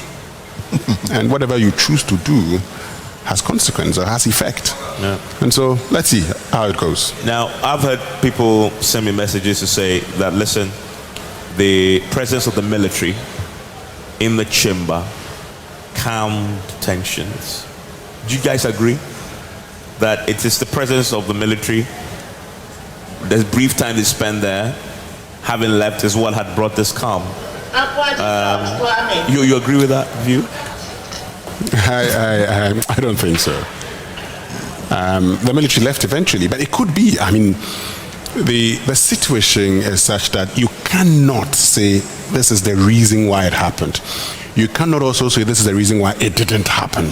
Okay, because we saw the minority, the NDC members, we don't even know which is minority, which is majority. The NDC members, were singing and help us to resist oppressors' rule. Now, could it also be the case that by singing and by doing that, the fact that it was live and with people watching, the military felt the need to actually move? I don't know. It could be that it is also not the reason why. So, it is started about, for one thing that many people would agree, and you've seen comments on social media, is a lot of people are unhappy that the military had to get into the chamber of parliament just to restore some bit of calmness in the chamber. That's one thing that a lot of people are not happy about. But as to whether it brought calmness, I don't know. You think it made a difference, Elton?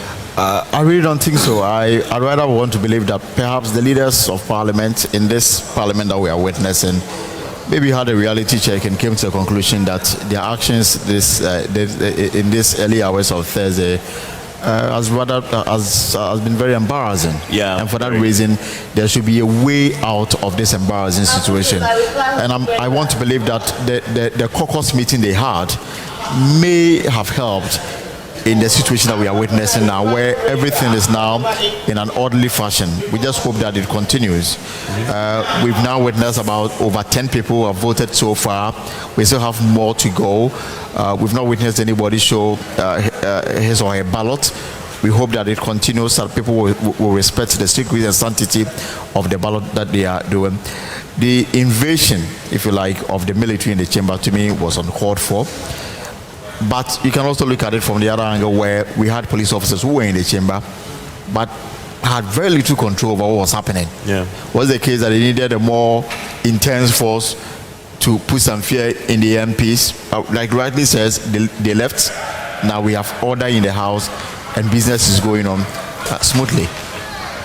Well, I mean, this is going to go on for a while. I mean, look, they have to call 275. 275. Remember also that before getting here, the initial arrangement was that the club would call 2 people at the same time.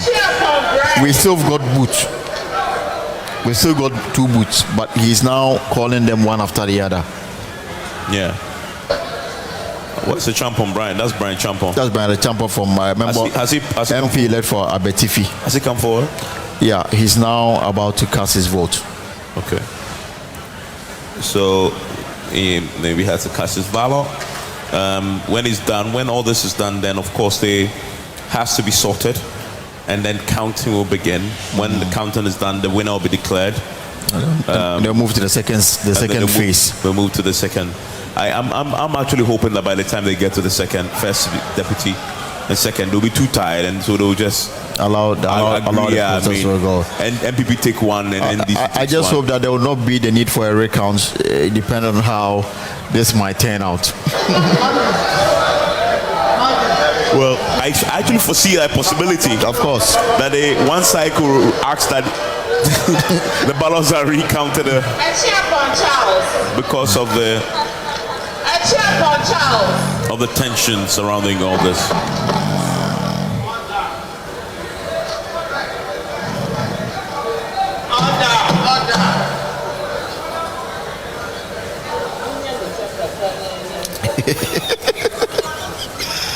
You must have heard in the background. Well, I think it's a feeling everywhere. I mean, it's the feeling. I mean, even for those who are watching us at home, they want to get done with the process and go and sleep. But today is a holiday, so they want to get done and sleep. Let's finish quickly so we can go home. So we can go home and sleep. Remember that these are members. These are the clerks at table. Yeah. They will have a very important role to play in the next few hours to come. Yes, when the inauguration. When the inauguration was so, I mean, it's just. But I have interesting comments on social media. I've got this one from Gabi Oshodako. He says that after the storm, there must be calm in a teacup. And I've got Stan Doge who said such bastardization of our democracy, Akufo-Addo must be ashamed and regretting the decision to send the soldiers into the chamber. I guess, or am I wrong? And why are you afraid of a secret ballot, as the rule says?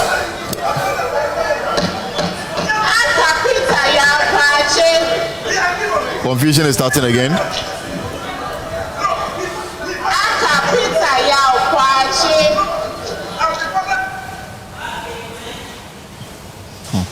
Well, it appears that another round of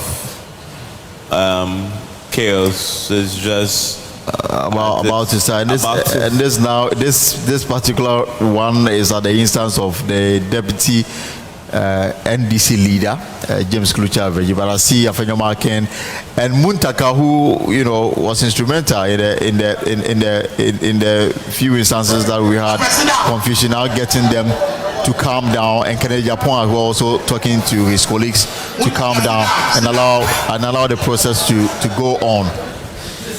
Yeah, I mean, Ken Ejipon, and I have Nana Yao Fori on Facebook says Ken Ejipon has been solid. And I agree. Look at him again. throughout the night, he's been the peacemaker throughout. He's never raised his voice. He's been calm, trying to calm his own members of parliament on the other side. To simply. You see that the officer mentioned the names. She just wants to finish the thing and go home. And she said as much as we heard in the background. But meanwhile, this argument is still happening by the side. I don't know what the argument is about, but this is how it starts. I mean, what we've seen since midnight. I think they should just leave the clerks at table and allow them to do their work. Yeah, they should. Please mention the names, please. Even some of them are tired themselves. Are tired.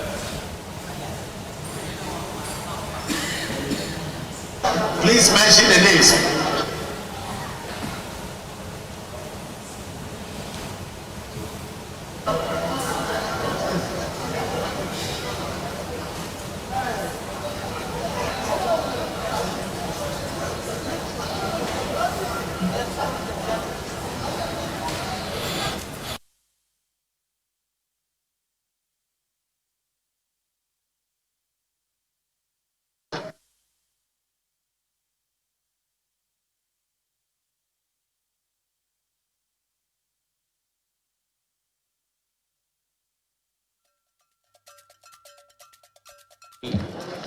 Uncle Alexander Kwesi.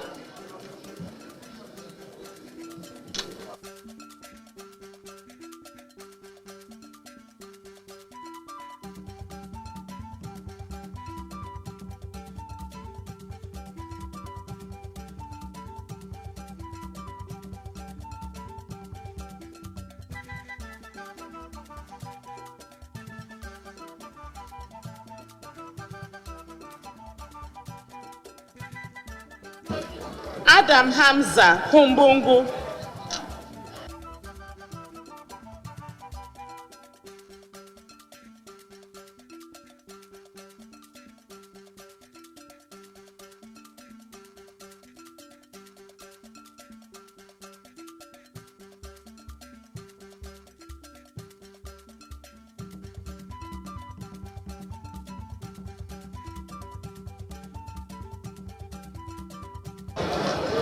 Adam Mohammed Amin Karaga.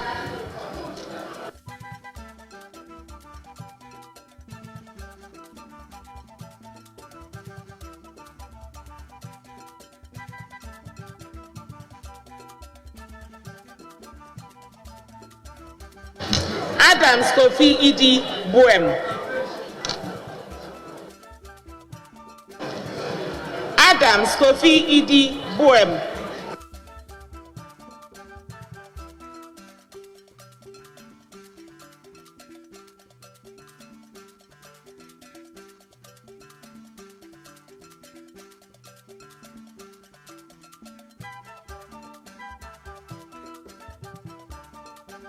Adi Teddy Safori Ayeswano.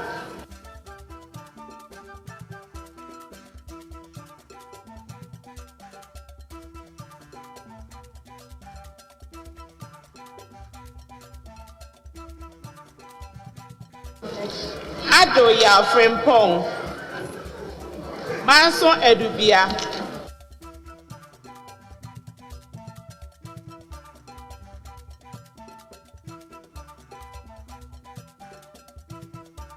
Adam Frederick Obeng, Upper West Akim.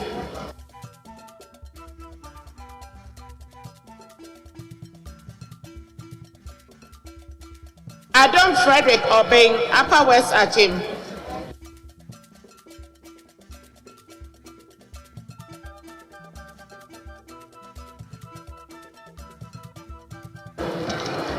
Adomako Mensa Alex, Secretary Afram Plains.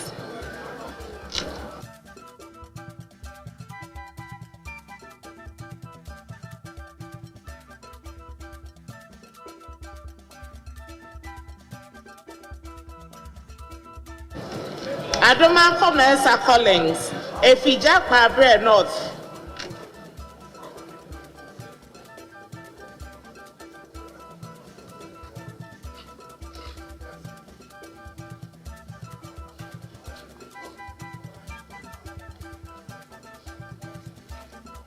Adongo Isaac, Bolgatanga Central.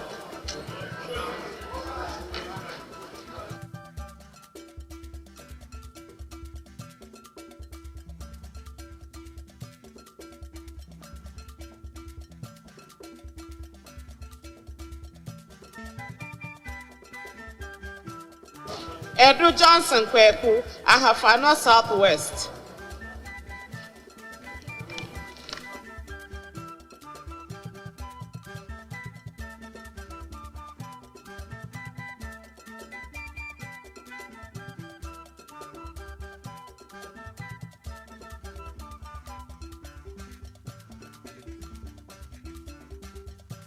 Edu Chumya Osei Bosonche.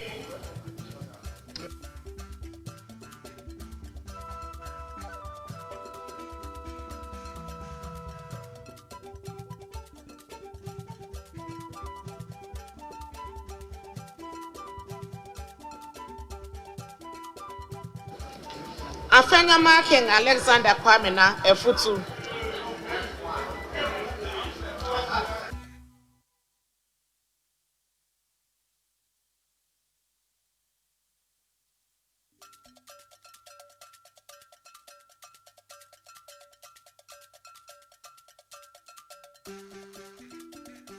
Afo Eric, Amenfi West.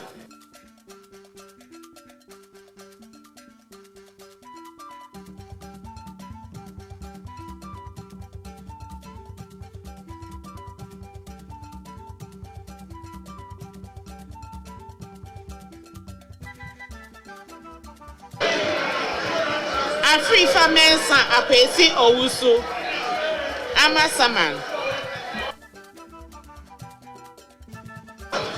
Afrifa Mensa Apesi Owusu, Amasaman.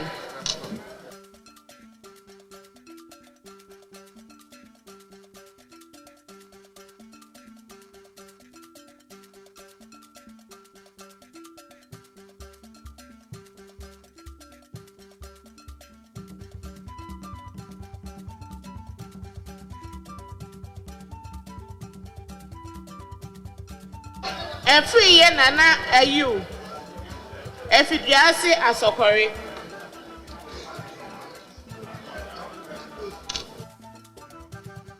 Every year Nana Ayu, Efidiasi Asokori.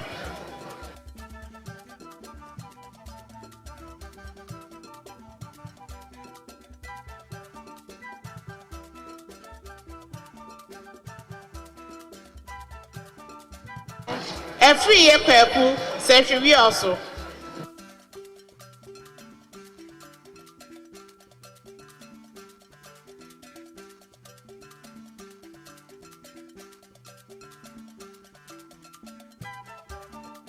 Agalga James, Bolsa North. Over.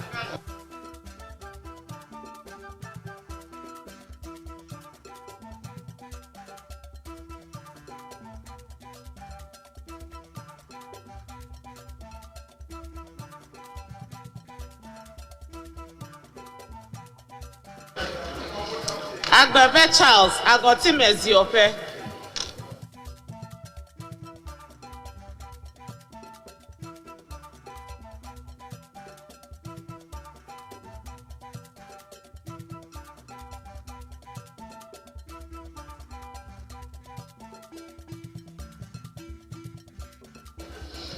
Agboja Kwame Governs, Adaklu.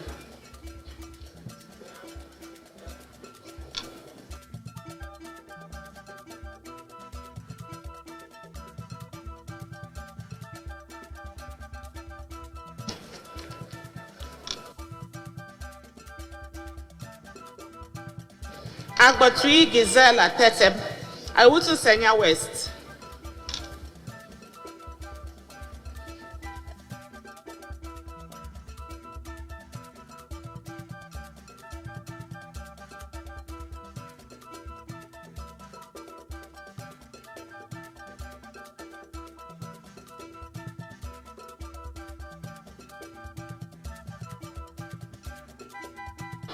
Japan Ken Ohene, Asen Central.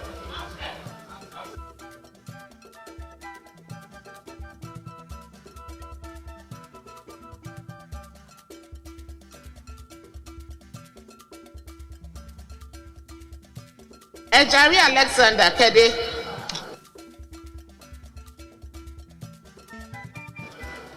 Ejari Alexander Kede.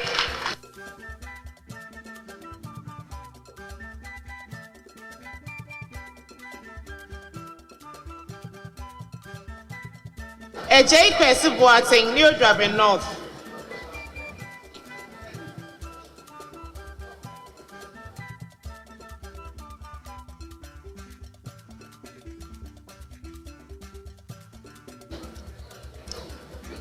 Ejekum Emmanuel Kwajo, Nkranza South.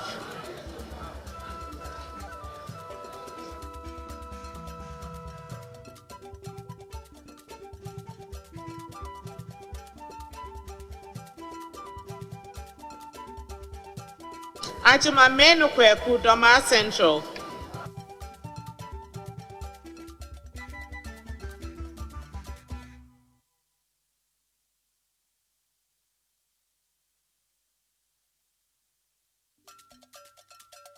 Ajumang Rollins Zaneto, Lotte Colley.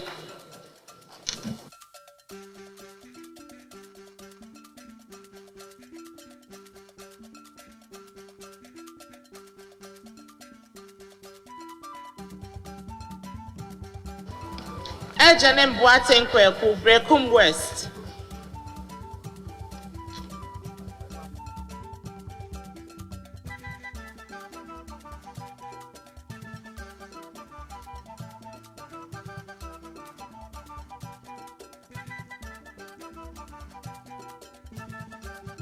Ahenkra Kingsley Carlos, Tema West.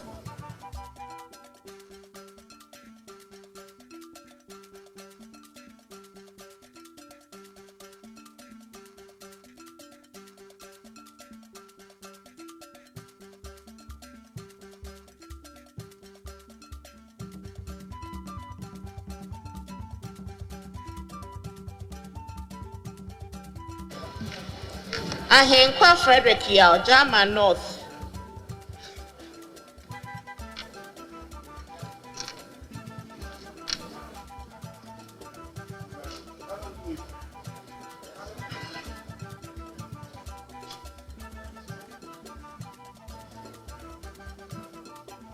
Ahi Samson Body.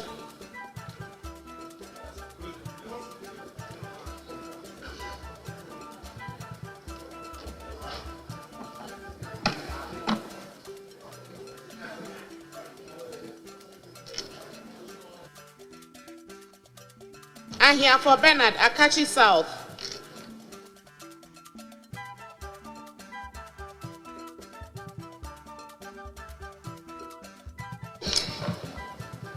Aidu William Oreku, Efija Kwabre South.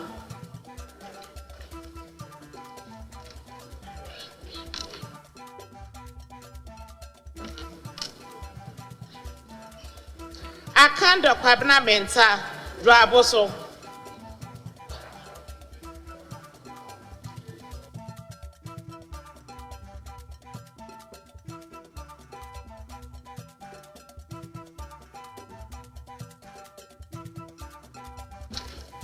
I can very badly the Alamisi, Tempane.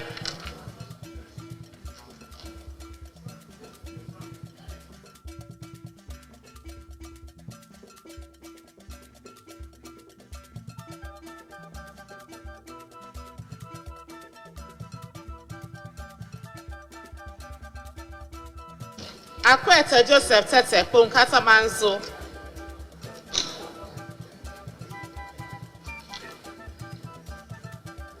Akwete Joseph Tete Punkata Manso.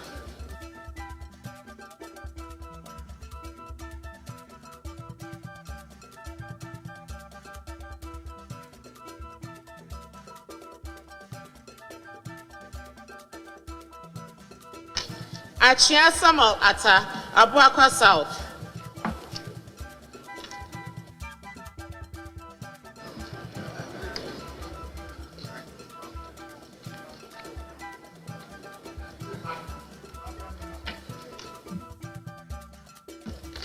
Alauzuga Albert Akuka Garu.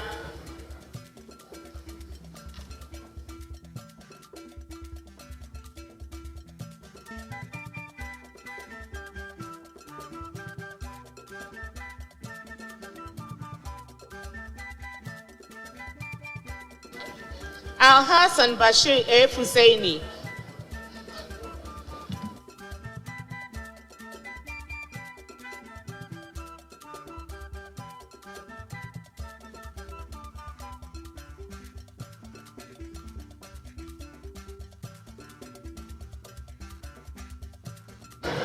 Al-Hassan Lydia Sayuram. I also West Wagon.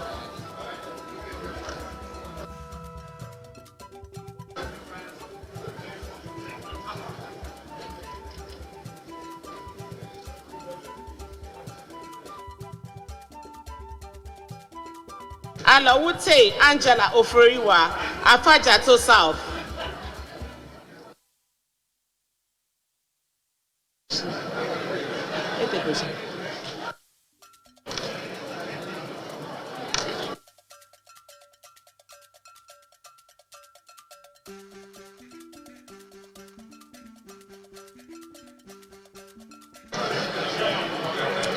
Amankwa Nicholas, Amenfi East.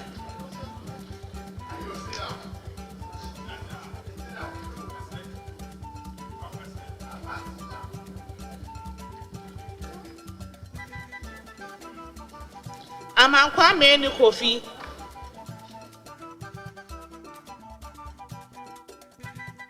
Echima Kwawoma.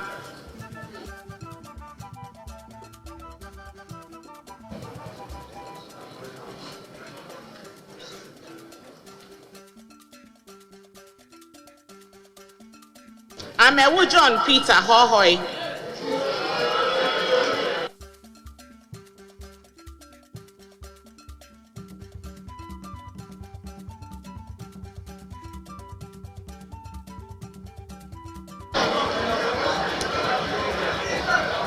Ameya Treme Kwesi, Sunyani East.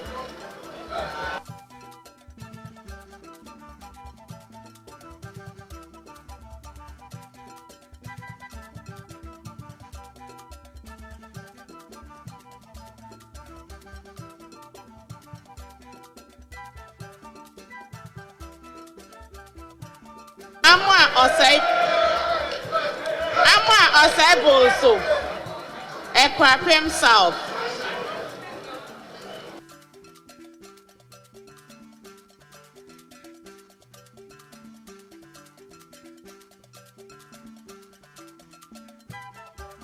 Amwa Steven Israel.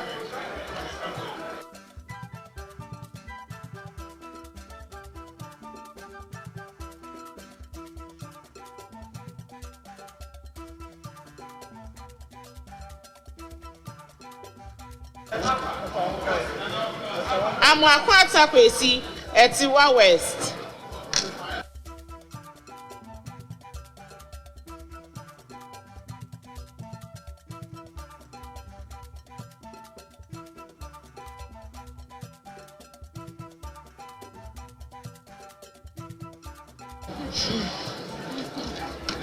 Ampem Thomas Nyako, Esio Jaman.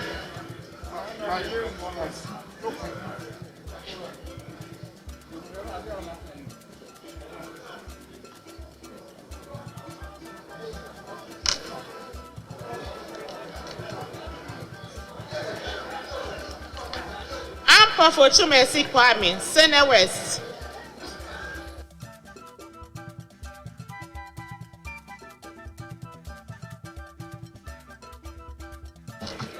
Anshre Emmanuel Eje, Echima Nwabieja South.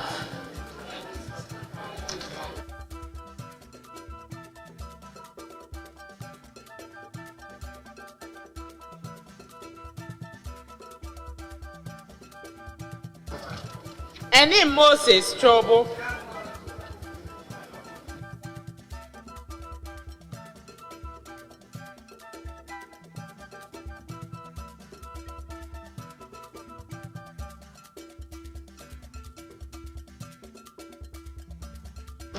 Anadon Pre Frank and Sawam Aduaje.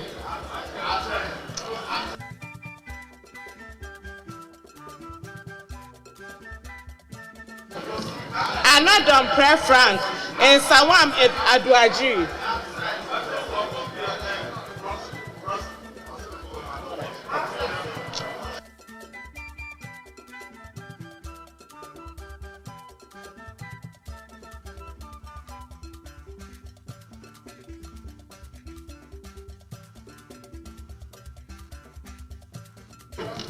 Entry Eugene Boachi, Subing.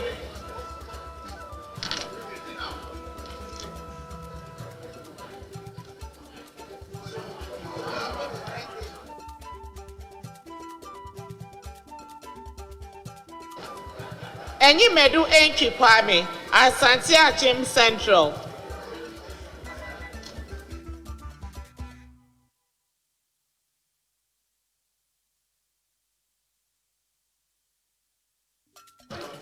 Apak Clement Abbas, Buza South.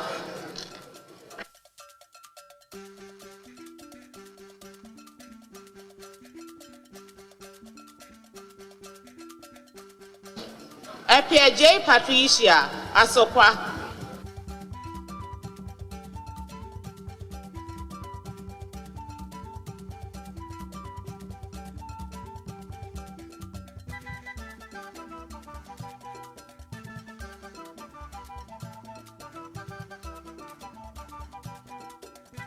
Apia could be Andy Kwame, Asante Achim North.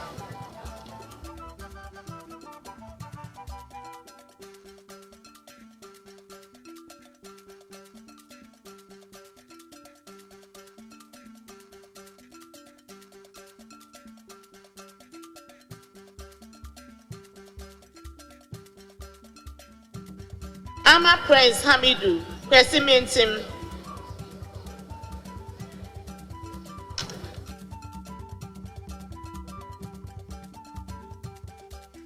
Asamoah Vincent upon Doma West.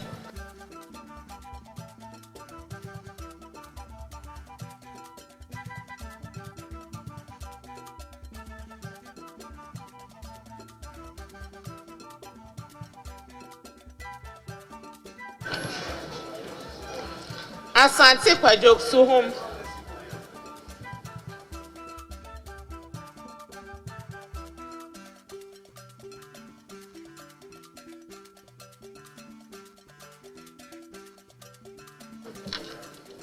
Asante Boateng Kweku, Asante Achim South.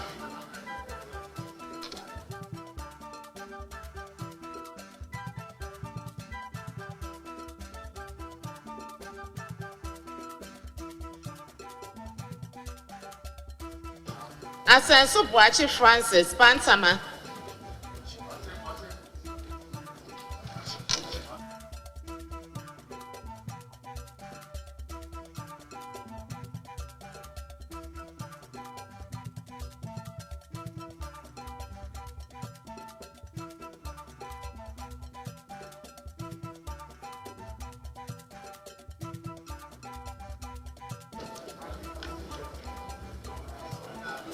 Esiama Andrew Amwako, Formina.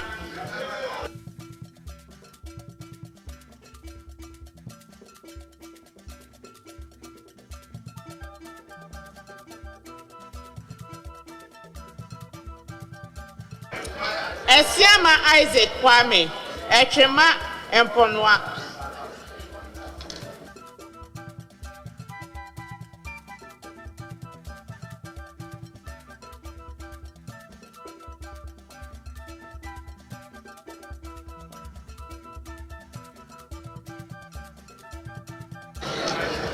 Esiama Kwabna Amankwa, Fantia Kwa North.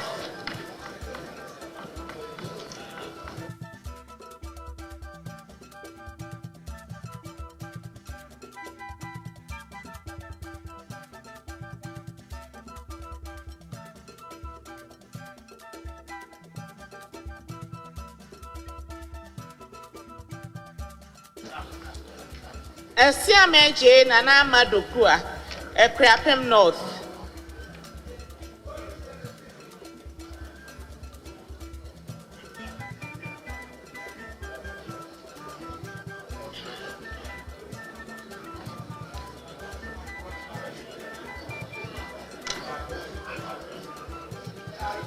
Asafua Vincent Eko, Old Tafo.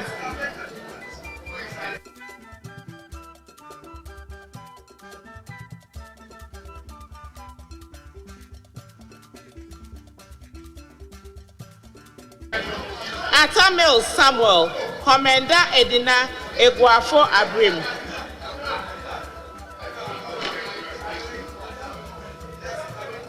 Atamil Samuel, Commander Edina Eguafo Abrim.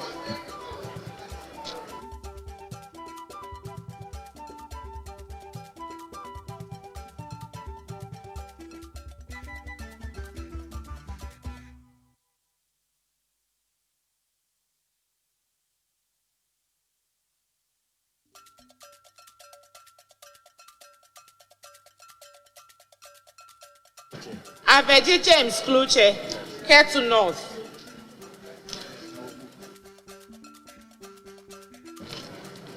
Avoka Cletus Apo, Zebila.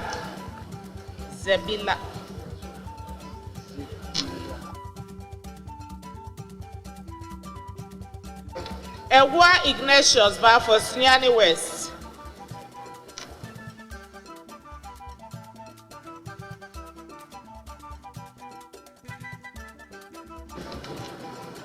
Awuni Theresa Ladi, Okaikwe North.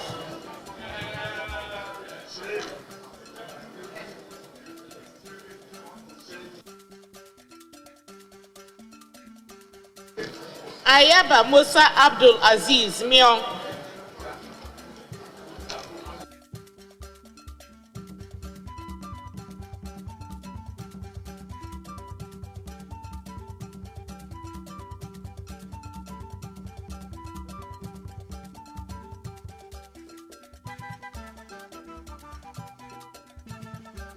Ayamba Ladi Ayi Kusiga.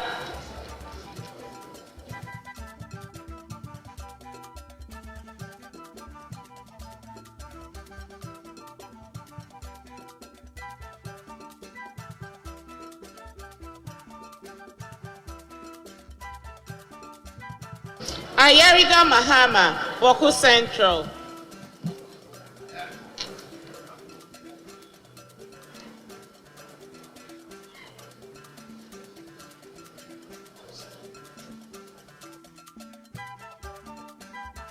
Ayine Dominic, Akoretenga, Bolgatanga East.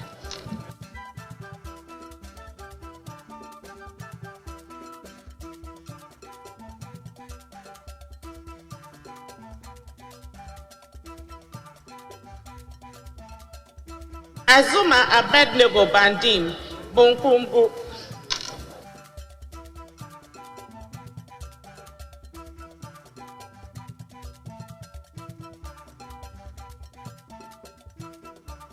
Murphy Michael Ochi, New Joburg South.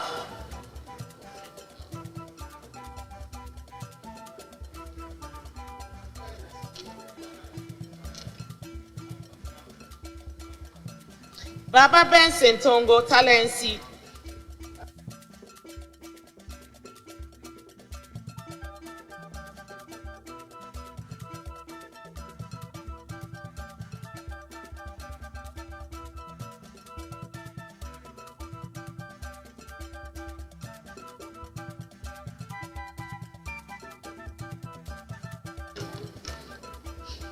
Bacha Yalvia Baligi, Lambusi.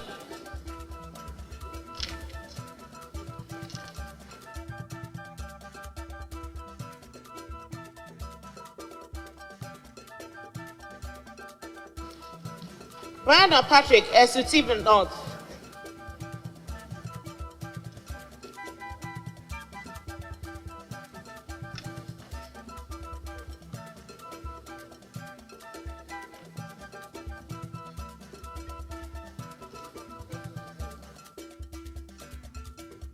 Battles Sheila, Ablekuma North.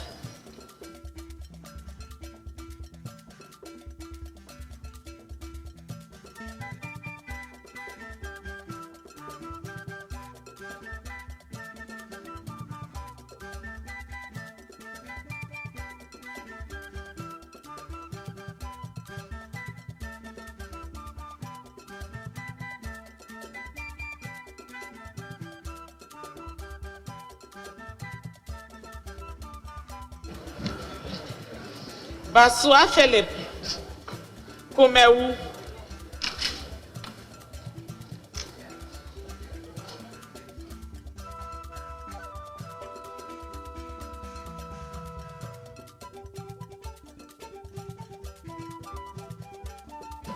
Bawa Edward Abambe Bongo.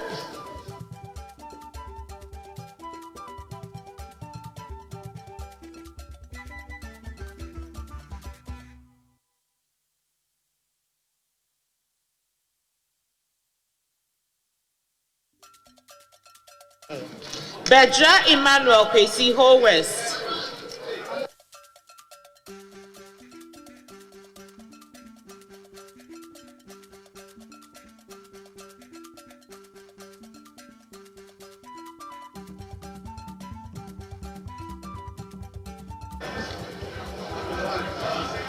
Benam John Jaba Zabzugu.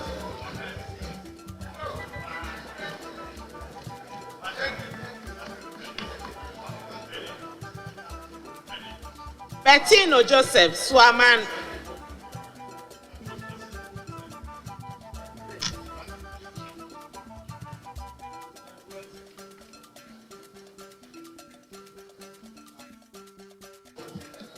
Blanks and Alex Akrofom.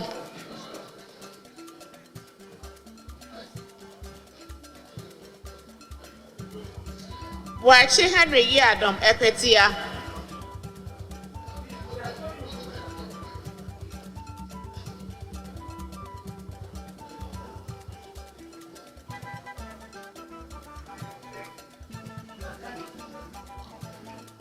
Wachi Yadom Patrick Obuasi East.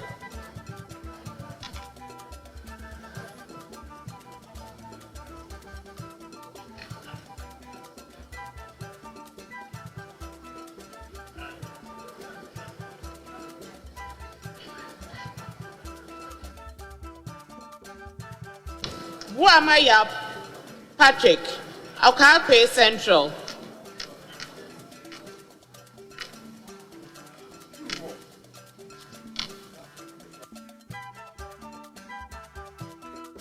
Buating Ekwesi Dako Bosome Freho.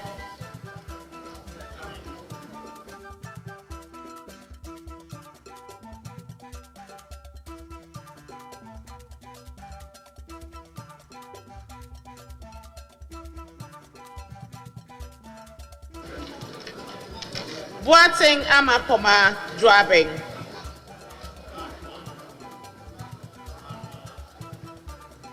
Buating Joseph Apia, Afram Plain South.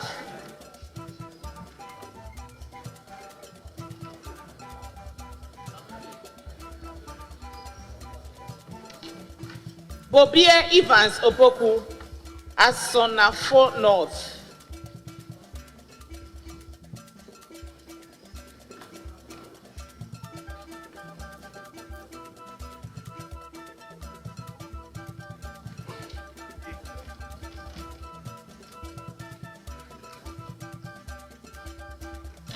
Boche Daniel Okere.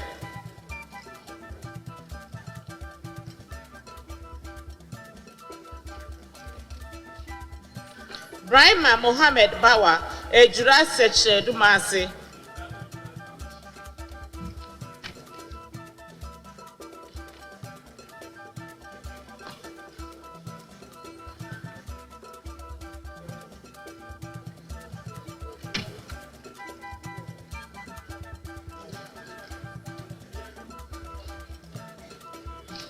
Bua Emmanuel Amakofi Elembele.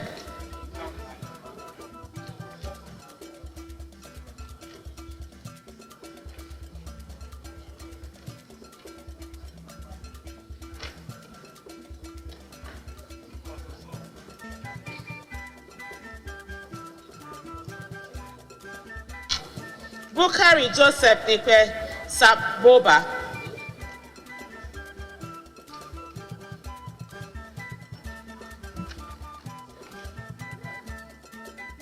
Chenia Abidu Isahaku, Sesala East.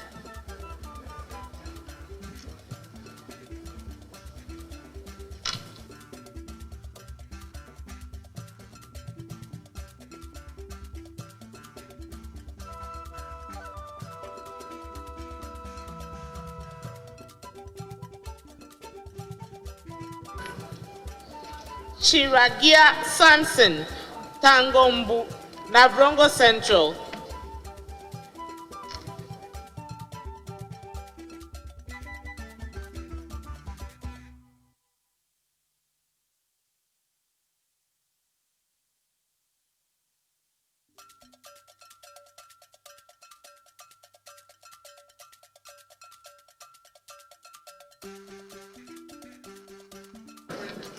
Chiwite Andrew Dari, Sola Tuna Kalba.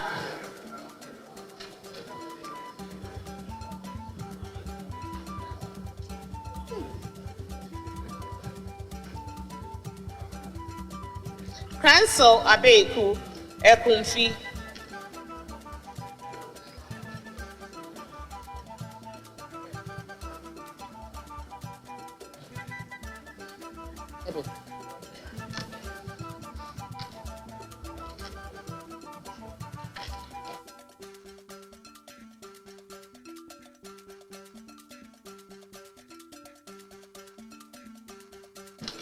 Kujo Gansa Comfort Doyo, Adan.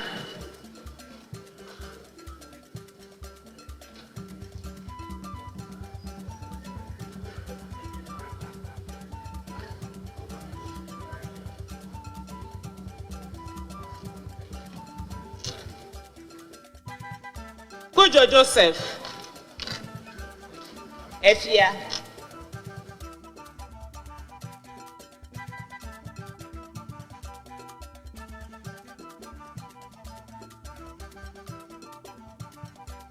Kujo Robert Wisdom, Priscilla Huni Valley.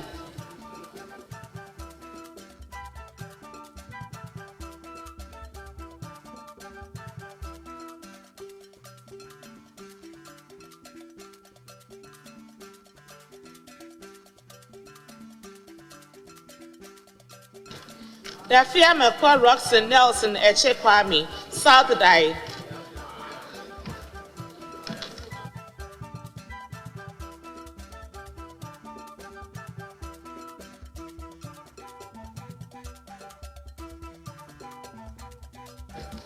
Dalu Thomas Ada, Chana Paga.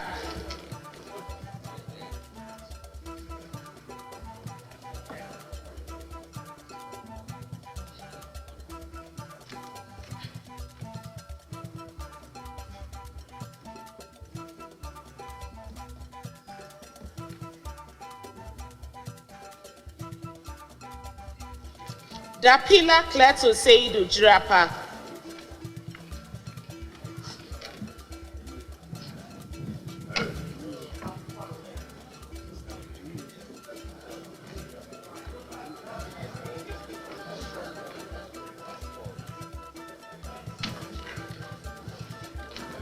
Dakon Daniel Ohene, Upper Denchira West.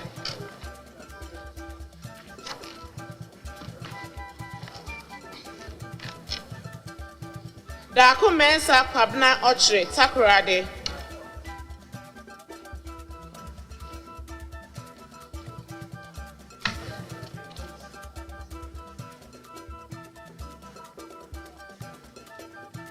Dauda Collins, Esutifi South.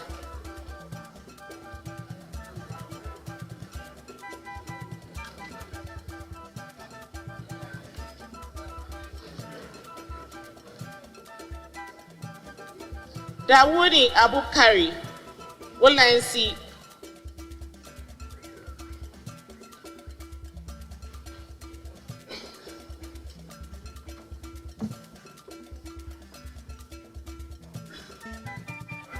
Derry Ambrose Nandom.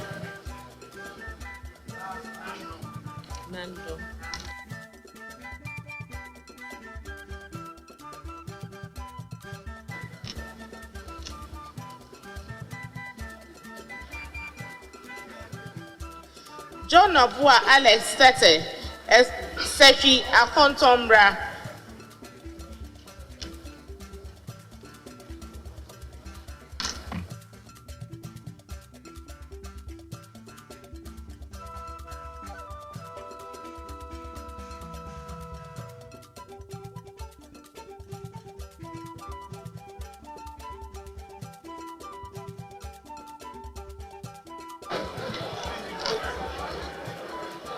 Donko Elvis Morris. Abra Asebu. Abra Asebu Kwamankese. Kwamankese.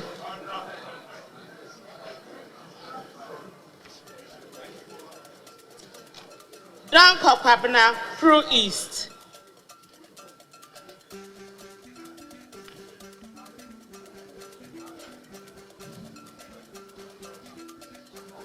Duka George Mreku, Takwa Nswaim.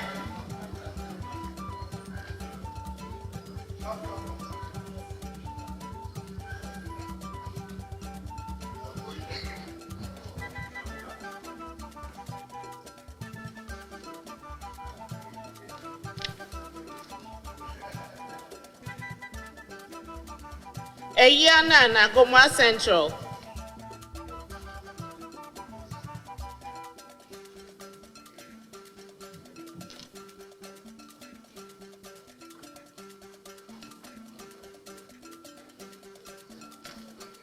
For John in team, Asin South.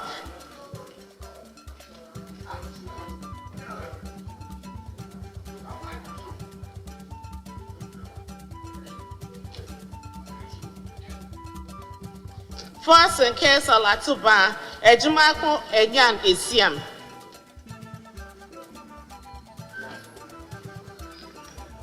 Frempon Joseph in Koko.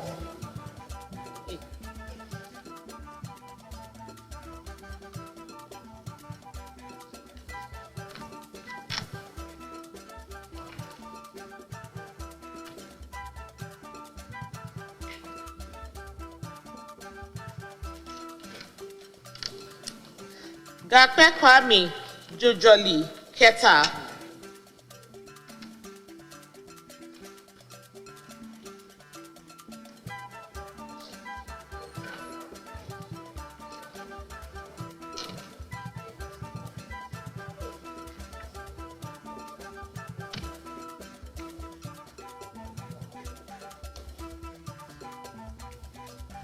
George Samuel Nate Nigo Pram Pram.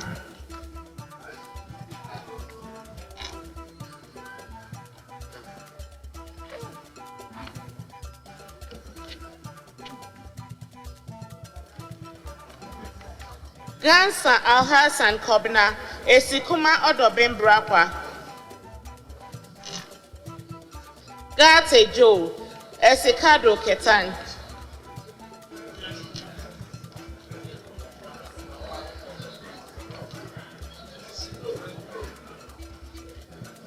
Gideonsu Wisdom, Karachi East.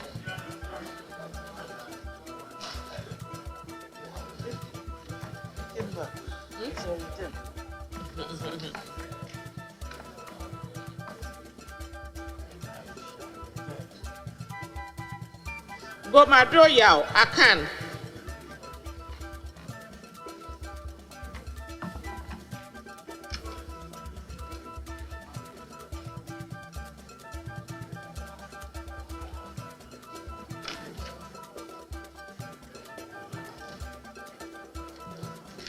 Gomashi Jifa Abla, Ketu South.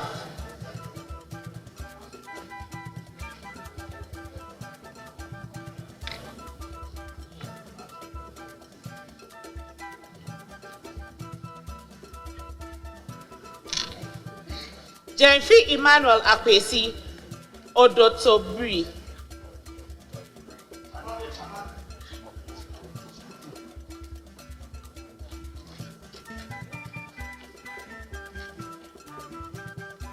John Alexander, Kentampo South.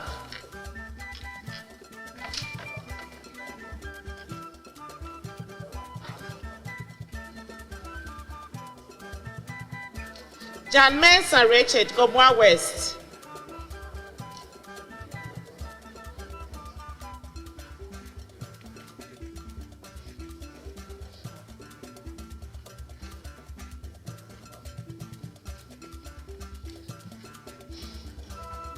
Hamon Kobina Tahir, Adansi Asokwa.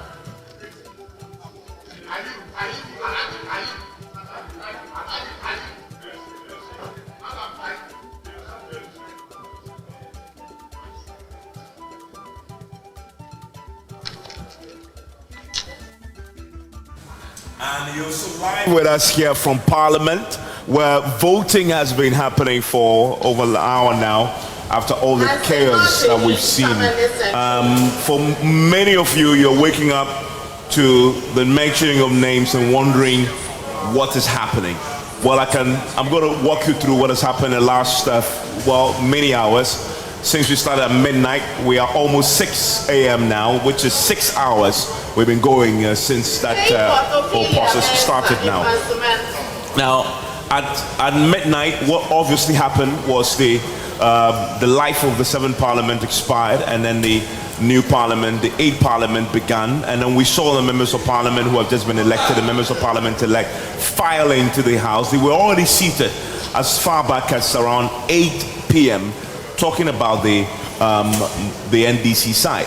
Now, they went into the chamber and then they took the seats of typically the majority seats. So this is the area where the MPP side have been sitting. The NDC members had come in very early and they took the seats there and annexed it for themselves. Now, the MPP members of Parliament also then come in.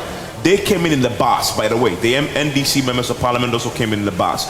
What we learned was that both members of Parliament have been put in hotels in and around the Parliament, obviously to ensure that you could whip them in line into the House. That started a bit of a misunderstanding where the NDC MP said they would not stand up from where they were sitting. The MPP MPs came in and attempted to get them out of their seats, but of course that didn't go anywhere. And it set the tone for a night of acrimony. What then happened was, at midnight, this 8th Parliament began. The clerk to the House got into the seat as the chair and began the process of electing a speaker. He invited both sides to nominate their individuals, and that set the ball rolling for a very chaotic evening. Now, it was the NDC side that first nominated Alban Babbing, and we're going to be analyzing for you these two candidates very shortly here on decision morning here on your lecture quarters. The NDC side nominated Alban Babbing. They read out his credentials, and then just when that proposal for the House to consider Alban Babbing had been put forward, the incoming deputy leader for the NPP side, Alexander Fendermarking, got up and raised a question. His question was to, in essence, ask the clerk to the House if the clerk had been served by the court in Cape Coast, which had injuncted the member of Parliament-elect for Asin North from holding himself out as a member of Parliament and cannot therefore participate in the proceedings of the 8th Parliament. He had asked that question, and that set off a commotion in the House because the NDC side didn't believe that he had any grounds to make the position, to assert the position he was asserting.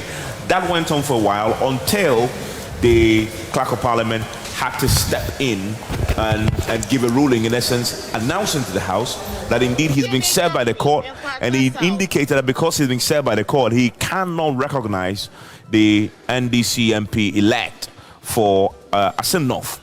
Well, that caused a fair bit of commotion, delayed the House for 2 hours. It was almost at 3 a.m. before that particular back and forth was resolved. Now, when that was resolved, it got into the time of voting. As I said, the minority side, the MPP side, also then proposes Professor Michael Quay and read out their credentials. That was seconded. Immediately the voting was about to start, this conversation about where to place the ballot boxes became an issue. Then voting starts, and then the key conversation was about ensuring the sanctity of the vote and making sure that it's by secret ballot. That was really the moment when everything, all hell broke loose. A few times voting will start, somebody will go in, show his ballot, the NDC side will object and resist it, and then lead to chaos again. One point, the fourth time it happened, it got so bad that members from the NDC side stormed where the speaker chair normally is, attempted to seize the ballot box, The marshals and the police officers haggled with them over it. Blows were thrown. They kicked some of the polling booths that had been set up, and this degenerated completely. A few minutes later, armed military men and a few police officers stormed the chamber and tried to calm tensions, but that, from what we saw, escalated tensions a bit more. The NDC side came together and used their force to try and push them out of the house. They didn't succeed, but they started singing the national anthem and other patriotic songs. In the end, the calm returned somewhat. The military left the chamber, and the leadership went into caucus, emerged later, and this is the outcome of that negotiation that we understand happened behind the scenes. The NPP side have rescinded their decision to breach the secret voting protocols, and the NDC, of course, now calmly has seated, and we are observing the process now proceeding quite smoothly. This is where we are. If you're just waking up, voting has just started after almost 6 hours. The first order of business is just about beginning. So yes, it's been a long night. If you're just joining us and waking up, welcome to Decision Morning here on your Leisure Headquarters. Joining me right now is parliamentary correspondent Joseph Opoku-Gakpo. Elton Brobe, of course, is going to be joining us also from in and around the parliament itself, the main chamber. Also with me is Winston Amwa, who, if I haven't slept, he can't sleep also. So he's he's unfortunately has been with me. Winston for, it's almost 6 o'clock. So that will be 8 hours. 8 hours. Yeah. 8 hours. We've been doing this for 8 hours. Don't worry. What did we take before we started? Water, right? Yeah, we had a bit of water and and I think I did a bit of rice. Yeah, you know, to keep me. You've been good. You've been fam. Joseph went to sleep. He's gone to sleep. He's snored a bit. He's come back with full vim. So don't be surprised if we get him talking a lot, because so we can save our breath. Joseph, yes, welcome back. There is zero evidence to back the claim that I went to sleep. Don't do what happened in Parliament. I've been out. They're going to call the military in here. You know, obviously it's been a very long evening. I'm just looking at the order of proceedings as has been outlined in the document that spells that out, and the expectation was that by 12:05 the guests would have been seated. There were times to this. Yes, and that there was the seating of the members of parliament elect should have happened as at 10 after 12, and then sometime around 15 after 12, then the Chief Justice and the Supreme Court Justices would get in, and then by 20 after 12, then the Marshal will place the mace on the table. We saw that unfold, and then the clerk at the table went to the chamber. Then the opening prayer by the clerk. Of course, we've gone through all of this, and then the clerk will then go ahead and outline the procedure. Then the nominations are invited for the speakership. But what I'm driving at is to make you understand the order of business that's outstanding after the voting is done. So now, then you get to the point of the election of the speaker. So that's where we are right now, the election of the speaker. And mind you, I think the last name that I heard was a name in the somewhere around the H column. We could check exactly, but I heard a name somewhere around the H column, Hansen Notte Eves, whose name was mentioned just a few minutes ago. She is the 149th person on the list. Goodness me, we have out of the 275. Go, yeah. Yes, so more than 100 of them haven't voted yet. And once that is done, once the election is done, then the clerk will declare the results as is expected. Then the speaker-elect will be conducted into the chamber. Then the speaker-elect will submit him or herself to the will of the House. They describe it. Then the Chief Justice would then proceed to administer the Speaker's oath. After that, the Speaker will subscribe to the oath of allegiance. And then the clerk to Parliament will then go ahead and conduct the Speaker to his chair. Then the mace will then be placed upright before the table. That's actually the symbol of the House. And because it's actually happening at a time that there isn't a speaker sitting and the House itself is not sitting, then it's falling flat. So it will be raised eventually when the real sitting begins. Once that is done, then the Speaker will deliver an acceptance speech. Then members of Parliament elect will then rise and subscribe to the oath of allegiance and the oath of members of Parliament. And then there will be the nominations for the first Deputy Speaker position. After that, then there'll be the election. I just saw the look of despair on Winston's face because he's imagining, oh my God, we're probably going to 1 p.m. It's obviously a long night ahead. There'll be the long day. Okay, we've already done a long night. so we've already done a long day. It's obviously a long morning ahead. There will be the election of the first deputy speaker. Then the speaker will declare the results. So the speaker who will preside over that sitting with the election of the deputy speakers. Then after that, then the speaker will invite nominations for the second deputy speaker, and then members will elect the second deputy speaker. The results will be declared, and then the speaker will formally present the first and deputy speakers to the house. And it's after that sitting will be suspended, and then there will be a group photograph in order to then begin preparations for the real inauguration of the president, which would happen at the venue adjacent of the chamber a little later in the morning. I think what you said is we probably have to prepare to be here for the next 8 hours. Yes, all things being equal, because they started voting, I think, around 4 a.m. Yes. It's now, 6 almost? So it's been definitely more than an hour. Yeah, more than an hour. And you're just about doing half. Yeah, almost of 2 hours now. now. So it means that it may take about an hour and a half for them to finish. When they finish, you have to sort it out. Yeah. When they sort it, then they count. So we're looking declare the results. So we're looking at declaration around 8:30 a.m. Yeah. And if we have to go through the first deputy speaker, second deputy speaker, still voting, then you're looking at maybe around 2 p.m. before the president gets sworn in. Easily. And this is not even counting for the surprises that may happen, as we've seen already in the last 8 hours of all the commotion. Let's return to that. The highlight of the commotion of the last 8 hours has been the invasion of the chamber, the floor, by military officers, armed military men and women who had come there to restore order. And they had come there because of the scenes. We're going to be playing some of it to you, those who are just waking up and joining us, when there was total pandemonium on the floor. There were blows, there were electoral materials were being destroyed by members of parliament. And people were even, it's called the taser was used on. Oh, that was used on somebody? Yes, on one of the MPs, even as the commotion ensued. So I saw one MP fall very heavily when I think he rushed onto the podium and I saw him fall very heavily. So there was an official from the office of the Marshal who apparently one of the staff from the office of the Marshal had actually approached the ballot box and was behind the ballot box and was, more like protecting it.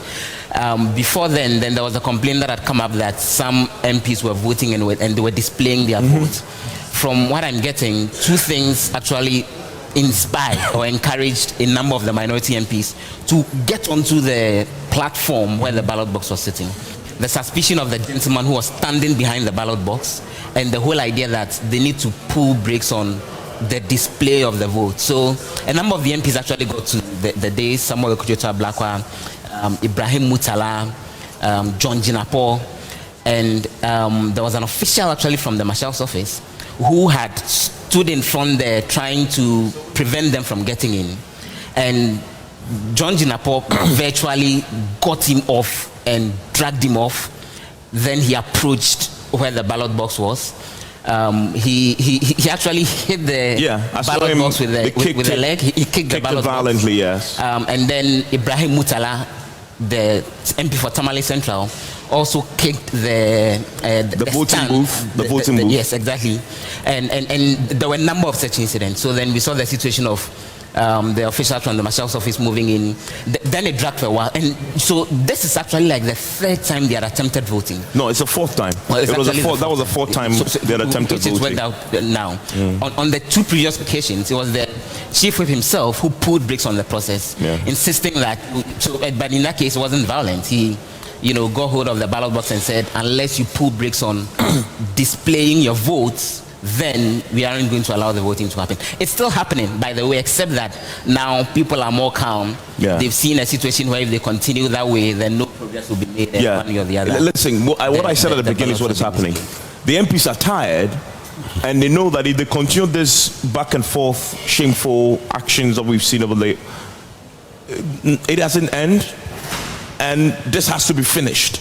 So I think they themselves are beginning to accept the reality that we need to move on some way, somehow. And I like the comment that one of the officers made off record, but